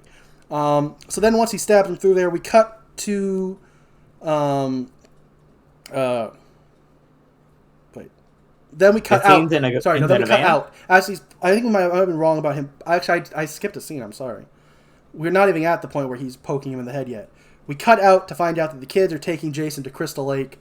And because we got to go to where he has home field advantage. And once again, almost definitely because of the cut script, they somehow get to Crystal Lake, New Jersey from Springwood, Ohio in about 20 minutes instead of It's really like next door. instead of the if you 8.5 or to don't. 6 hours it would actually take to get from middle of Ohio to New Jersey. But It's all basically. But to the be Midwest. fair, this is something that I didn't even notice watching it. This is something I saw people point out and be like, "Oh yeah, no, that is a huge flaw." But in the moment, I don't even. time. Yeah, They say, like, I've got about 15 minutes left of these syringes. And we think, okay, Yeah, did so- they take, like, a pallet of those syringes onto the car ride Yeah. with them? 'Cause well, they ran out. They had actually been using it for 8 hours, guys. that's- Yep. Then we cut to Jason, little boy Jason, and Freddy pokes him in the head, and we go into his dream world thing. Yeah. Yeah. Then we cut back out, and we find out that Lori is planning to go into the dream world, so they shoot her up with some stuff. And Yeah, now so that you can wake up and pull Freddy out. Yeah. Well, so yeah, that that's the Freddy and Jason classic. can fight. It's the classic Freddy. We want to pull him into the real world because we think Got to. Jason. To be fair, also in this movie, it is implied Jason is the lesser of two evils. Let's pull him out so Jason can kill him. Yeah. Jason's just a crazy guy who Yeah. got harassed as a child. Well, we don't and even then know that died. yet. We're about to find that out for these characters. We know that. Well, we already know that because presumably we've watched all the Friday the 13th Also, they've movies. never said he Because was. we They are actually never masochists said at he heart. was bullied as a child. It makes all the sense in the world, but this is the first time we've ever heard him being bullied. We know he was neglected by counselors and he drowned. We did not know how that happened until this movie. He was only deformed kids in The the 50s. time before, political correctness. Yeah. It was definitely implied, but it was never said. Yeah. Yeah. So, His mom says, like, you see, Jason was... And then she just kind of cuts herself off, and we don't learn until the very ending. yeah. He had a... Now we're in Screw in a memory because apparently apparently we're in post Dream Master Friday the 13th world rules, which means anyone who goes to sleep goes into the exact same dream no matter what. Yeah. For the sake of plot. Every reasons. dream is connected, Austin. Yeah. What's so hard to understand? The fact that it wasn't that way before and it's not that way in the real world. Austin, her special power was not dream manipulation. It was dream Synchronization. gymnast skills. It's true. Oh. But that was the Being first able time. to enter other people's dreams, that's ancillary. That's everyone actually. Everyone can do that. Well, it's like Yeah. it's like it's like The Shining, in The Shining and the Doctor. In The Shining, there's only two characters who can do it, but then in Doctor Sleep, you find out a lot of characters can do it. It's the same idea. Yeah. Apparently, everyone can go into people's dreams. It's a lot more common. We just only saw it from one character's Yeah, just all the perspective. kids on Elm Street 1, 2, and 3 didn't have that power. Everybody. They from were Elm Street actually could, the except for when they outliers couldn't. to this rule. Anyways. Yes. Now we're in this dream, and we're getting a memory of Jason being bullied as a kid, and the counselors aren't helping him. And then she walks up to some of the counselors, and they're just like straight up having. They're aggressively playing a harmonica just together in Dude. public, In in the public, bright in light. front of kids. To also be fair, though, this is a dream. Maybe this didn't And happen. it's also Freddy. Yeah, and then it's Freddy, and he's actually having harmonica with a dead girl. Because why not? Why not add necrophilia to the list of crimes of Freddy Krueger? The litany of crimes. Yeah. Then we cut to Lori realizing that the kids were bullying Jason, so she runs over to try to help him. She tries to get him out, but before she gets to, we cut to Will, Kia, and Linderman, who, well, Jason, he's drowning in his dream, which means he's drowning in real life too. So someone's got to give him mouth to mouth, And now he's going and spitting up water in real life. Similar to part 8 where he spits out toxic stuff when his mask falls off. Yeah. But yeah, and Linderman can't do it because he's asthmatic. Because remember, he's a nerd. Yeah. And Will's And driving. every nerd has asthma. Yeah, and Will's driving. So it has to be Lori. Not Lori. It Kia. has to be Kia. Yeah, there you And go. she doesn't want to because, ew. And she's about to do it, though, because she's got to save him. And I mean, fair. He's basically corpses. Yeah, no, it makes sense. I'm not mad at Kia for not wanting to kiss him. That does not give him mouth to CPR. mouth. Yeah. Wipe But- mouth mouth resuscitation. But it's basically kissing him in like with more steps and actually a needed thing. But you get the point. I could get why she wouldn't want to put her mouth next to that mouth. My problem is that this scene exists. Not that Kia reacted this way. It was just more of these insufferable characters being insufferable. Kia, like, yes, that is the realistic response to doing that. But I don't want to see Kia have this realistic, stupid response. Yes, it does make all the sense in the world, but it just adds to the reason why I hate most of the characters in this movie. Now, on top of that, we've also known that Jason has drowned multiple times and come back to life after drowning without the help of literally anyone else except for maybe like a little jolt of electricity. But if you die in your dream, you die in real life. He's never died in his dream. But he's already undead. He's never died in his dream before, though. But also, he's undead, so I don't know if that counts as dying in your dream if you're undead already. We've never really explored that thought process before. Well, fair enough. So, before she gets to, though, Jason wakes up, and he, ends up, his waking up, crashes the car, and, like, throws him out of the car at some of the most insane velocity, because whenever anyone falls or moves in this movie, they have to go about 30 more feet than they should in real life. They're just like crash test dummies. It's like every time someone gets hit. A screening for a Power Rangers episode. Yeah. But a lot more I don't graphic. feel like that's fair to Power Rangers.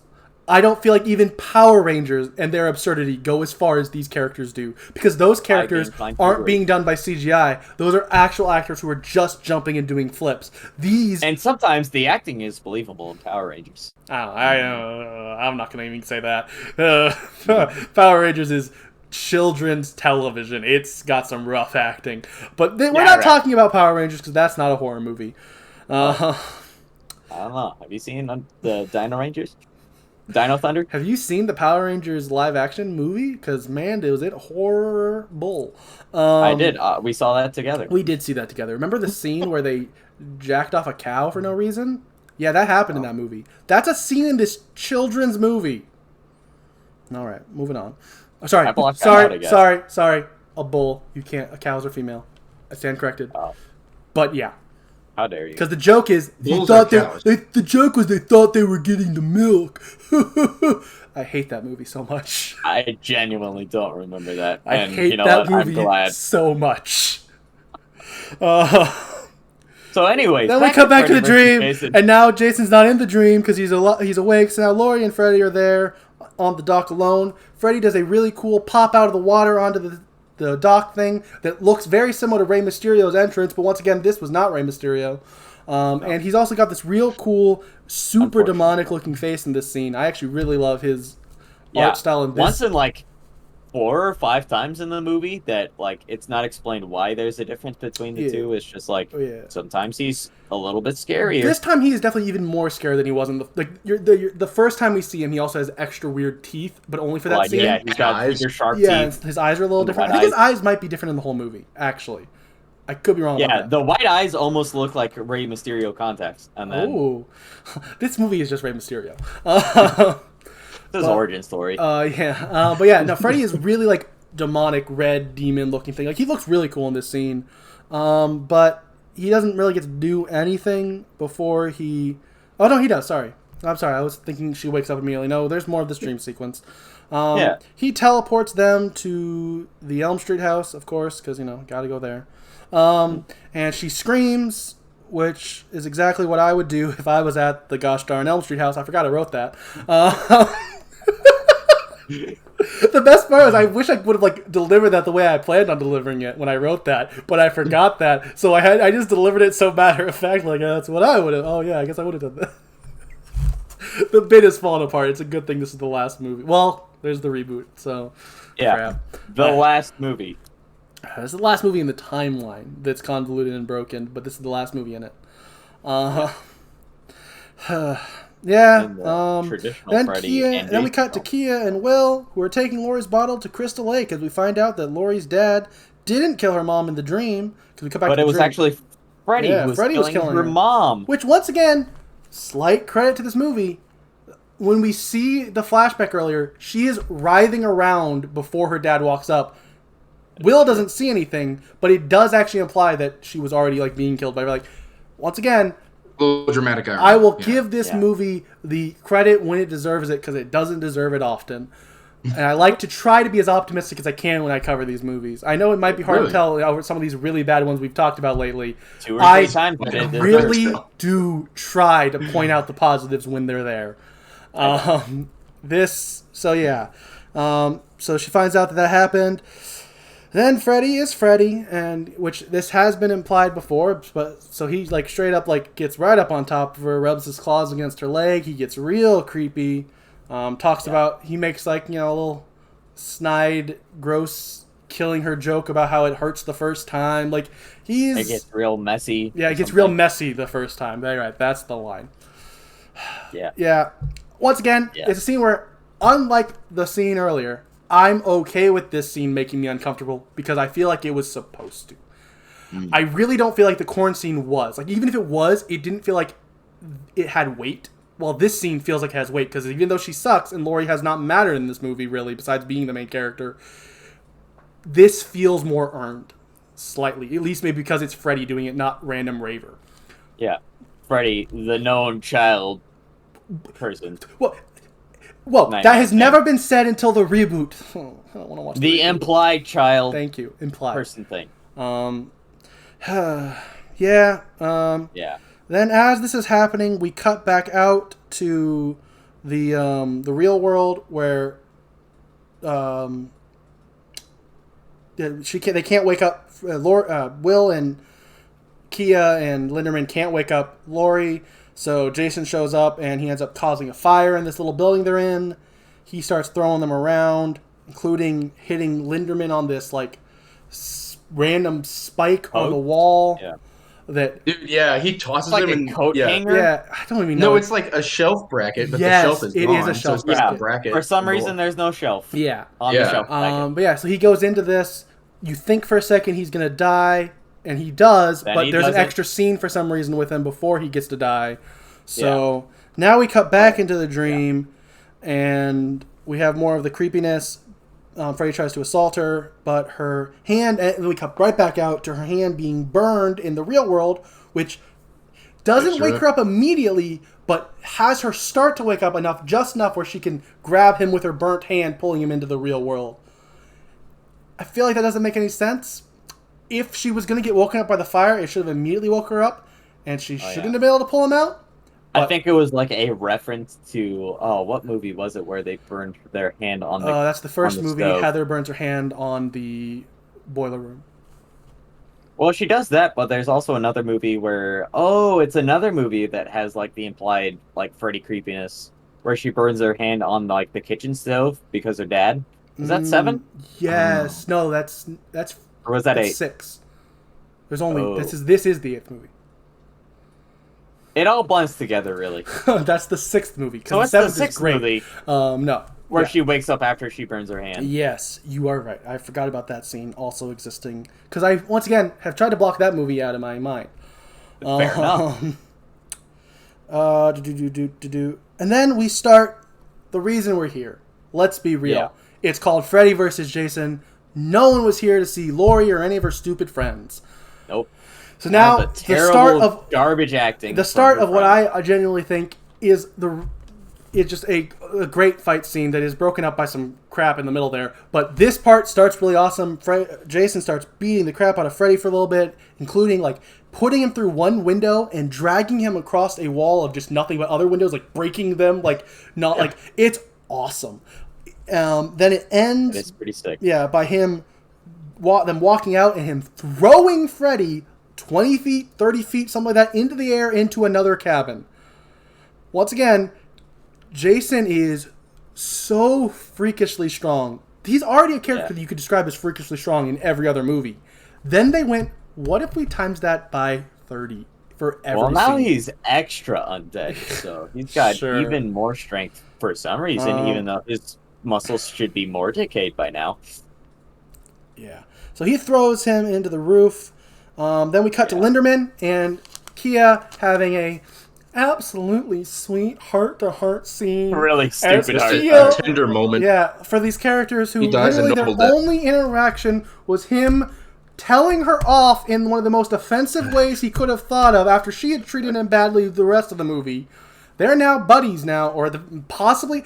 I feel like there's implications of love, but I will give the movie credit at least. Just leave me. They never directly said they love each other. Maybe this was just a mutual respect at this point. I want to believe that at least because there was no implication of love. There's definitely implied romantic feelings between the two characters. Yeah. And it's not earned. Well, actually, in the 2.5 hour cut, maybe it was earned. We have to get through this movie, Austin. Lenderman tells Kia to go get help. Yeah, and he said, "I'll be And fine." she doesn't. And then we cut to him literally She doesn't. bleeding out in the moment. He's dead. In vain. Then Lori and Will run into Kia and Freddy. And then Kia goes to distract Freddy, letting Lori and Will run away. And then Freddy makes a racist quip. I'm not going to say what the quip is, but it's racist. There's no way around it being a racist quip. And then in reply, Kia makes a homophobic quip. She calls him a homophobic slur. And then she talks about how she's, I'm not afraid of you, basically. And then promptly afterwards, sorry, I also forgot. My bad. Sorry. There's more. She also, not nearly as offensive, but just bad, she makes penis jokes. She talks about how you got small little knives. Well, Jason's got a big one. It's like, all right, cool. That's what. And then she gets killed by Jason's big machete. Yeah. Then Jason pulls out his big member and he stabs it into her. His knife. His knife. Yeah. Well, she doesn't get stabbed. She gets slashed she gets flung slashed into a tree with so much force that it flings her 30 feet into a tree, but not enough force to give her more than a very slight cut. No. Again, another It's Power a very, Rangers very dull machete in this scene. Even though when he uses it in literally the next scene, it is super sharp and cuts up everything. But in this scene, it has been in a lake for a long time, Austin. You don't have a whole lot of times to sharpen a machete. Remember how earlier in this movie where he cut a guy's head off so cleanly that we referred to it as like a samurai sword, some of like the sharpest swords possible, and he was able to cut the head off that cleanly? Yeah, now with the amount of force to send her 30 feet across the room, she's got a little cut. I have no idea what you're talking about. That's fair. I guess that's fair. To be fair, all makes sense. To be fair, the writers didn't know what I was talking about either. No, they probably didn't. Actually, to be fair to the writers, maybe they did. It made sense in the 2.5 hour cut, Austin. I will also say the writers wrote something, and then there are multiple times where they go, yeah, the director must have changed that because that's not what we had in our script. Well, Austin, in the 2.5 hour cut, he hacked a lot more people to pieces with that machete, so it dulled a lot more. I'm not even referencing the 2.5 hour cut. I'm more referencing the fact that they said, even like in the last cut that was shown, the homophobic slur line wasn't in the script. She just, I guess, threw that in the middle of the scene, or the director told her to throw it in, or whatever. Like, somehow that scene, that just happened the day of filming. That wasn't ever in the script. And everyone in the documentary was like, I don't know, even in 2003, how we kept that line in. Why wouldn't we just cut that? She got let go of the Spice Girls. Who knows how it happened? Well, she was part of she was part of Destiny's Child. Destiny's Respect the Child. right band. She was part of Beyonce's band, okay? I'm sorry, I was like 5 in the 2000s. That's fair. So yeah, she makes penis jokes, gets killed by Jason. Then Freddy tries to slash Jason, and he knees him a bunch. This is one of the scenes where I was like, oh, this feels like this must have been the scene where Rey Mysterio was involved. Because the way he's like jumping all around him, I'm like, oh, okay, that's Rey Mysterio. Like, no. It's on top of his shoulder and like... Yeah. Practically does a Hurricane Rana on him. Like, he's popping off all of Rey Mysterio's moves. But it's pretty cool. It's not Rey Mysterio in this scene, from my understanding. So, yeah. You would think. Yeah, you would think. Then we head over to a random construction site at the camp. Oh, no, sorry, not quite. Because there's always random construction sites at camps. Sorry, we don't just walk over there. Freddy sends him over there with random CO2 canisters that happen to be there. Over there. Yeah. Yeah, he gets sent. Maybe they're oxygen, which wouldn't imply how much where they're going over, but oxygen tanks might have been there for like scuba diving. So I'll call them oxygen tanks just so they make sense to have been there, but they act more like CO2 tanks. Gas tank. Yeah. Whatever, yeah. Some kind of they act more like something else. But they lots of compressed gas. But they wouldn't make sense for them to be there if it wasn't oxygen. So they're filling a lot of tires at that place. Sure. Yeah. A lot of balloons. And then once Jason's over there, he gets impaled by a bunch of, rebarb. Once again, I will say, I'm going to go over most of the things that happen here. Genuinely, from this point on, I think this movie is great. Yeah, Freddy versus Jason fight is cool. Everything here is amazing. That is the only part of the movie. I love. And then it felt like the director was like, "How do I write a script around this fight?" Let's be the director's been around.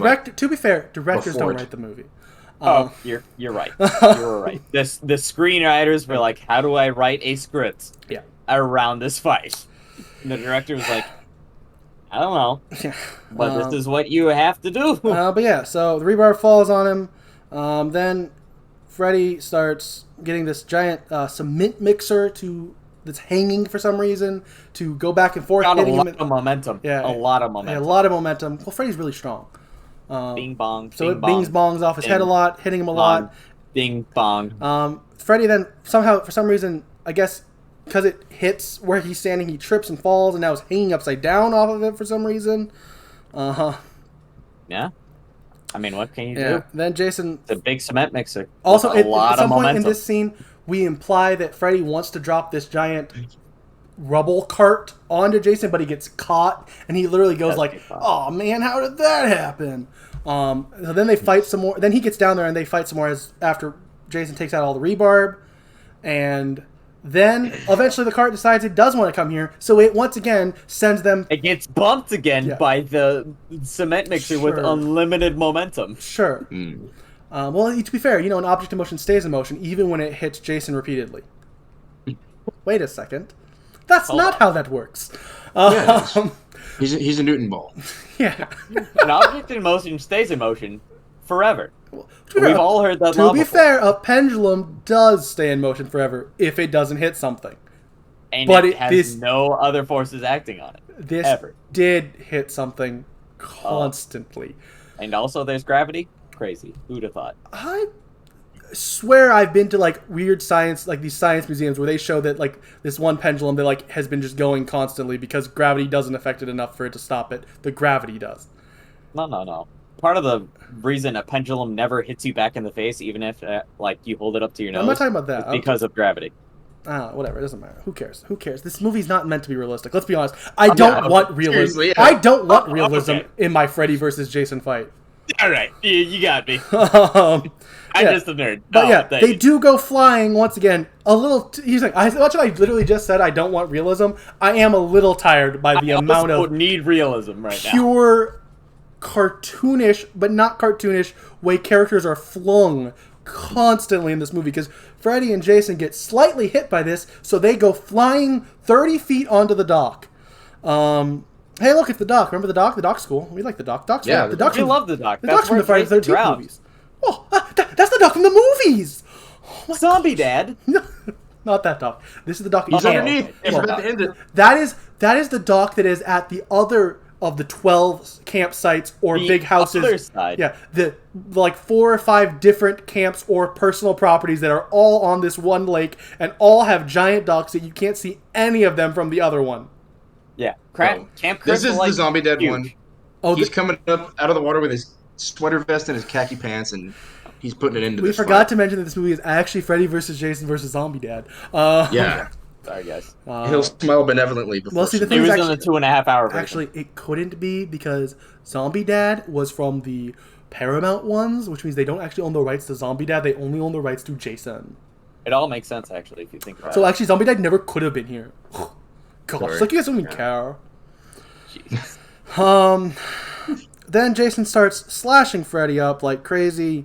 It's really cool. Lots of blood. It's more blood than should exist, fine. But once again, I don't care about realism here. Since Jason is mostly just waterlogged at this point. But who cares? It's awesome. Jason slashes Metal up Freddy music. a bunch. Then Tori and Will start Lori? gas. Yep, absolutely. Dang it. Lori. I wrote Tori again and I don't remember her name enough, so I don't care. Lori and Will pour gasoline all over the dock. Then we cut back to Freddy, and he ends up getting a chance to cut Jason's fingers. And Jason, in this one scene's blood, is more like zombie blood of that kind of black, greenish, viscous stuff. Even though every other time he gets hit, there's real blood that comes out. Yeah. Because whatever. Well, it's in his extremities. Oh, so his little demon heart can't pump that far? Yeah, Okay. I guess. I don't know. Sure. Who cares? Who cares? It's cool. It was his machete hand, and he drops it, and then Freddy picks it up, and he starts cutting up, slashing him with it, and going back and forth with the machete and his claws in a really cool scene again. Once again, this whole final fight is amazing, except for the random racism, homophobia, and penis jokes in the middle of it. It's a sprinkle, really. It really is. But then eventually he ends by stabbing his eyes out with his claws, and then taking his claws and jamming them into his gut. And while that's happening, we cut back to Laurie, who is running in with with some torches she got from the burning house. A whole lot of propane. Yeah, and also she is. This is maybe one of the scenes where he is the most egregious. The outfit they chose to make this girl wear with her, implants, because it is just so like in your face as she's running. It's so awkward looking as she runs. Yeah. Thank you. Yeah. Thank you for our audio listeners. Chris was bouncing his non-existent breasts up and down to help add to the video experience. So I guess if you are an audio listener, you're welcome. You are welcome. Just imagine that in your mind. Small 140-pound man. She lights the dock on fire, which does distract Freddy for a little bit, because remember, Freddy is afraid of fire. How could we use that? Earth and air, these are the elements. Laurie is the Avatar. It is confirmed in the... Yeah, it's really just the Avatar prequel, if you think about it. That distraction, though, gives Jason a chance to... start fighting back a little bit, and he gets to punch his hand through Freddy, and then he rips off Freddy's arm, and then Freddy stabs him with Jason's machete really deep, and there's like so much blood and like gore in this scene. It's amazing. Yeah. And keep in mind, this is Jason's like fingerless hand that he stabs Freddy with. Yeah. Is it? It's yeah. Yeah, I don't have fingers. Yeah, I don't care. Also, I will give credit a little bit to Ronnie Yu, who we mentioned earlier, the director. He specifically wanted to go counterculture with the way movies were being made at this point, and except for the times where we cut to the other character, occasionally her, there are not a bunch of cuts. There is just a camera watching the action. We're not getting a bunch of cuts from a bunch of different angles like so many other action sequences do, like post The Matrix, basically. There is not a lot of cuts in this scene, and it really adds to just you're just watching these titans of horror fight. It's the reason you're here. It's the reason why you sit through an hour-and-a-half movie of garbage. It is the title of the movie, and it is finally here. Yeah, we're finally here. We're doing the thing. We're getting the cool fight. It's really cool. It's living up. This fight, not the movie, the fight is living up to all your expectations. But yeah, I have to make that clear. As that's happened, after he stabs him with a machete, we find out that the gasoline was actually leading to a giant propane tank, which explodes, sending them into the fire in a scene that doesn't feel as bad because, from my understanding, this scene was actually shot practically, which is why it probably doesn't feel so unnatural like all the other ones. This is actually a stunt where guys were lit on fire and actually flung into the water, and it looks cool. Then, for some reason, our main characters feel like they must go on to the burning. Rather than just running away thinking they won, they go onto the dock that's on fire, and they just kind of walk around there. They kind of get up there, and maybe Will. Yeah, she's like cradling Will because maybe he got hurt in the scene I already forgot about and didn't write down. I don't know. She's cradling Will as some feet walk up to us, holding a machete. Oh my gosh, Jason lived Jason? it. No, it's it's one-armed Freddy who lifts that machete up, is about to slice them down until what's that? Freddy's claw arm bursts through his chest because Jason is using that man's arm as a weapon against him. Oh my gosh, I want to make sure it's clear. This might be the best scene in this whole two franchises. This fight scene is so amazing. He stabs him through it, then just falls back into the water because that was the last bit of energy Jason had. Freddy falls down. Of course, because Laurie is the final girl, we have to let her have the final shot in. So she picks up Jason's machete, and she requotes a line about that Freddy gave to her earlier, saying, "Welcome to my world, B word," and she cuts off his head. He falls into the water, and they walk off into the distance happy. Laurie and Will? Laurie and Will, Laurie and Will get to live off happily ever after, except for in the original cut of this movie that was hated by fans. I'll just mention here real quick, where they're playing harmonica for the first time because remember, she's a virgin, so she's being de-virgined at the end of the movie. And Freddy is apparently taking over Will, and he has claws come out of his hand. But that is not the cut me or Chris watched, and I don't think it's a cut that's available anywhere to watch. Oh, thank goodness! I think it was only in a test. I think it might have only been in a test screening, and maybe on like the DVD or Blu-ray cut, you can also watch the scene if you want, or something like that. Maybe that was in the DCOM original. But yeah, it is. But yeah, that does not actually happen. Instead, we get a different. That scene was so hated that they then reshot a new scene with a different actor playing Jason, because now they're in California, not Canada, where the rest of the movie was filmed, and they couldn't get that guy back because Ken Kirzinger is apparently a Canadian actor, which is why he's also in, Part 8, because that movie is shot in Canada, not New York, for all but 5 minutes of the movie.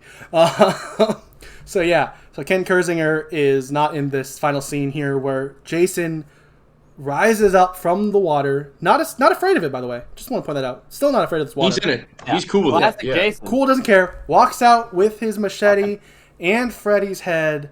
They walk a little bit further, and then Freddy's head winks at the camera, and we get one last Freddy laugh, and the movie ends. So I guess first, before we get into it, real quick, short one, before we get into our final thoughts section that we do every episode, who won? I want to know your opinion, because it's definitely a situation where it is... You decide! Yeah. Chris, who do you think won? No one. Will, I guess. I think the answer is you're supposed to say Freddy or Jason, but fair. Okay. Jason. Okay. Barely, because he got the power of love. All right. He got to kill Freddy, and Jason only technically died by explosion, but he also didn't, because he ended up walking out of the lake at the end of the explosion. Yeah. What about you, Isaiah? Do you stand by the Jason is the winner? Yes, because if you want to be real nerdy, then you could say, well, the movies have never explicitly foreclosed the possibility of Freddy dying. They've just redone his death quite a bit because they do it slightly wrong every time. This movie was explicit, said by Freddy himself and the former Jason's mom, that Jason cannot die. So, kind of tough odds for Freddy. On top of that, like Chris pointed out, that's the victory that we see on screen. But Freddy winks at the camera, guys. You're forgetting that. Freddy's still alive. I agree with you guys, by the way. That is the discourse. Is like, who wins? And the reason they shot it the way it is kind of a draw. So whoever you're more of a fan of, you can choose. Like, that was kind of the idea is, well, Jason's still walking out, but Freddy winks, showing he's still got power. Like, that's the whole point. The point is... a little baby outing. Yeah, the point is, there is no answer, because, well, let's be honest, there never could be an answer, because you're not going to have it. Both are kind of immortal. Yeah. Also, really, Hellraiser is the winner, if you think about it. Fun fact, real quick, they wanted to get Pinhead in this movie randomly at the end of it, but the problem with that was New Line doesn't own Pinhead in any way, shape, or form. Yeah, it makes sense. There was plans at one point for a sequel that ended up never sadly getting to get made. Well, I mean, maybe. I don't know, this movie was pretty bad. But on paper, just once again, if you read what I'm about to say, it sounds pretty cool, which was Freddy versus Jason versus Ash from The Evil Dead, which that would have been pretty cool. Chainsaw-wielding, arm-wielding Ash. He's the main character from Evil Dead. If you haven't seen Evil Dead, which I don't think Chris has, and that's why he's making this face, and that's fair. I mean, I've seen the new Evil Dead. Yeah, he's not in that. No, he's not. But yeah, Ash, and they actually do own that, so that was something that was a possible thing. They had to get like Sam Raimi's approval, and he seemed relatively on board, and a lot of people, when they talk about maybe doing that, the idea was that Ash would probably win in the end, because, he's the only good character of those three, so you don't have him lose. But that movie never got to get made. It did get to get made into a comic book, so that's cool that the script that was written for it did eventually get to get used for something. But yeah. Better than nothing. Last closing information that I like, because I like to share some information before I get into my final thoughts. If there's like facts that are important, I feel like that we didn't get into because they didn't fit anywhere else, part of one of the main reasons why this movie was in development hell for so long was they just couldn't come up with a script that worked. They had, I've seen a couple different numbers, a couple different places, but on a documentary made by like the producer, or like made like it was the making of documentary, the producer says that there were 17 drafts by 12 different writers. And then the way she words it, I kind of think there is a chance that that was before the final script. So there might have been another script by these two writers, or that's one of the drafts. Either way, there were 17 different drafts of this movie. They kept trying. There were so many different ways they wanted to try to finally get here. So like there was like this thing with like a Freddy cult that was supposed to be part of it that never came to fruition. There was so much crap. There were so many. You would think on paper, kind of. It's one of the things if you really think about it, it isn't. But you would think, oh, just find a way to put Freddy and Jason in the same world. But for some reason, that was so hard for them to do. They took 17 drafts, and this is the best it could be, which shows you how bad those other drafts must have been if this is what we ended up getting. Because final thoughts. Oh, one last fun fact, I guess, is director Ronnie Yu. When he first got it, he was like a director who was like he's from Hong Kong, and so he'd done like some movie that I don't remember what it was. That's why they wanted him, some Bride movie, not Bride of Chucky. He also did Bride of Chucky, but it's not that movie. Ooh, thunderstorm. We need to hurry up before our power might go out. Yeah, I got to do that. And then I gotta go pull my car up so I don't get hailed on. Fair. So yeah, I will go to my closing thoughts. I never finished what I was saying about Ronnie Yu, though. I definitely do need to finish that. I was in the middle of it. Ronnie Yu had never seen a Nightmare film or a Friday film before doing this movie. That was set in the first two documentaries. I ended up watching like 2.5 documentaries about this movie. The most research I've ever done for some reason. I gave it for this crappy movie. Every other time that quote was in those documentaries of just being like, yeah, Ronnie Yu had never seen the movies. But in the making of documentary, Ronnie Yu seemed very passionate talking about like he went and like did a ton of research on this. So I don't want to use that as a reason why this movie was bad, because it sounds like I wrote that note initially hearing that, but it does sound like he actually did do a lot of research after getting the part to try to do his best, which, to be fair, the director can only do so much if the writing's terrible, which I do feel like the writing is more what's bad in this movie. Yes, there is this crappy slow-mo stuff, but that's the only directorial decision I hated. So, yeah. My thoughts are, I don't like this movie. It's not a good movie, but I can't lie and say I didn't have fun at a lot of points, even before the ending. Whenever Jason was killing someone was pretty fun to me. Like I said, hit on earlier, even though he was the most insufferable character ever, I kind of loved how insufferable Trey was. Like, he was so over the top, it was almost comical to me. I don't hate this movie. Like, I would definitely come back to this movie at some point. Like, I would definitely watch this again.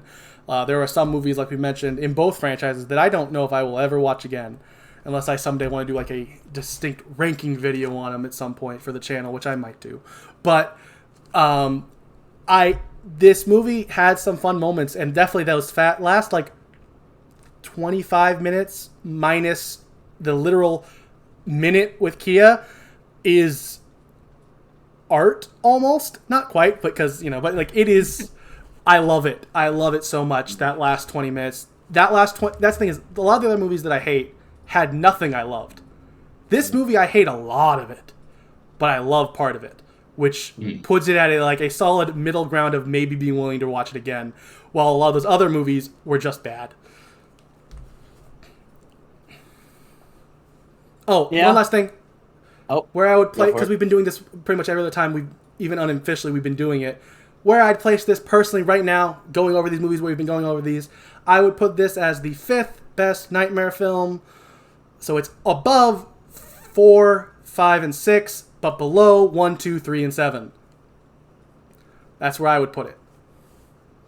And for the Friday films, once again, I like it more than the ones I dislike, but it's been a while since we've covered those, so I don't remember my exact ranking anyway. But yeah, I definitely put it in the mid tier of those ones. Austin has been much more generous to this movie than I will be during my. We know, Chris. We've heard you during the discussion. Thoughts. I said it previously. And it's really an appropriate summation, I think, of how I feel about this movie is that it feels like a parody of itself, right up until the closing fight, and you're like, oh, this is what I came to see the movie for, is this really dope fight between Jason and Freddy. But everything else, like the movie, the script feels like they were just like, how do we make light of everything else surrounding the characters that are Freddy and Jason? And then they just did it. And maybe that's because, like, I don't know if it was intentional. It probably wasn't. But, like, It definitely could have been. I'd like to think this in is my head post-Scream, canon, like, where the everything is. screenwriters were just like, I don't know. How do we make a script that makes sense that combines the universe of Freddy and Jason? And they're like, we don't. We just make fun of both of them. And then this movie was birthed. And that's what it honestly feels like to me. And that's what it comes out on surface level as. Like, the acting is probably the worst we've seen in the franchise, which is, like, the bar was on the ground. They have dug 6 feet under and dug up the worst of the worst. I think you are forgetting some of the worst acting, especially in the Net Friday franchise. It all feels like parody to me, which is like, if it's not intentional, it's bad. It is bad. Fair enough. And I don't know if it's like just because it's a product of the time, like the early I do 2000s, think that is when what it is. the scary movies were really big. And I'm not talking about like horror movies in general. I'm talking about, as I Capital said S. earlier, these scary Yeah. movies. But it feels like they were trying to aim for that kind of level of acting without like recognizing that it was a parody that was just like, yeah, I want to be that character. And it just feels genuinely terrible the entire time you're watching the movie. And then also occasionally you get Robert Englund, and then he says a racist line, and you're like, oh, well, oof. All right, I'm taken out a little bit. And then the movie ends after you get to watch a really cool fight scene.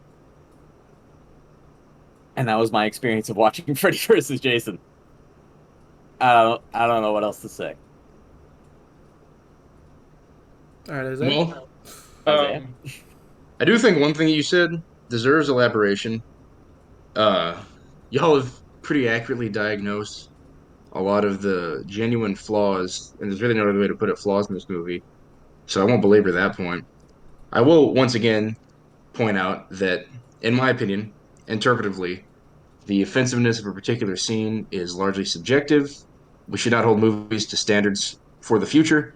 Rape was And that always is wrong. this, I'm doesn't bear on sorry. their I have to quality. cut you off there. Rape was always wrong. So no, I'm it not, was not. I'm not. No, I'm not saying that time. things portrayed are correct.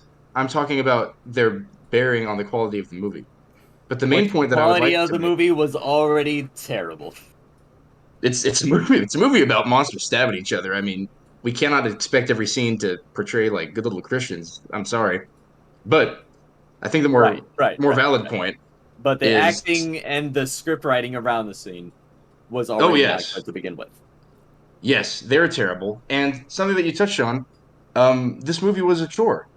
This movie was created to meet a demand Yeah, by fans to see that a was cool fight unrealistic. scene. Yes.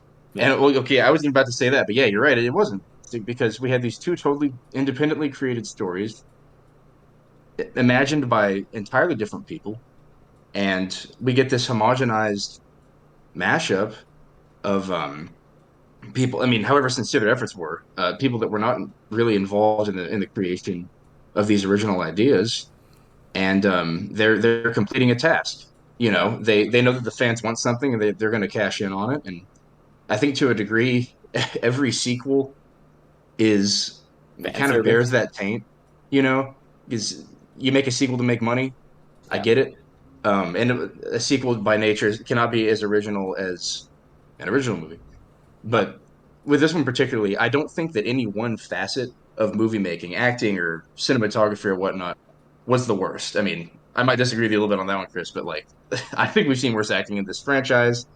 Um, as you pointed out, I do think the main character is kind of a Bilbo Baggins, where she's surrounded by far more Like a interesting never and compelling character. Well, I mean, mind.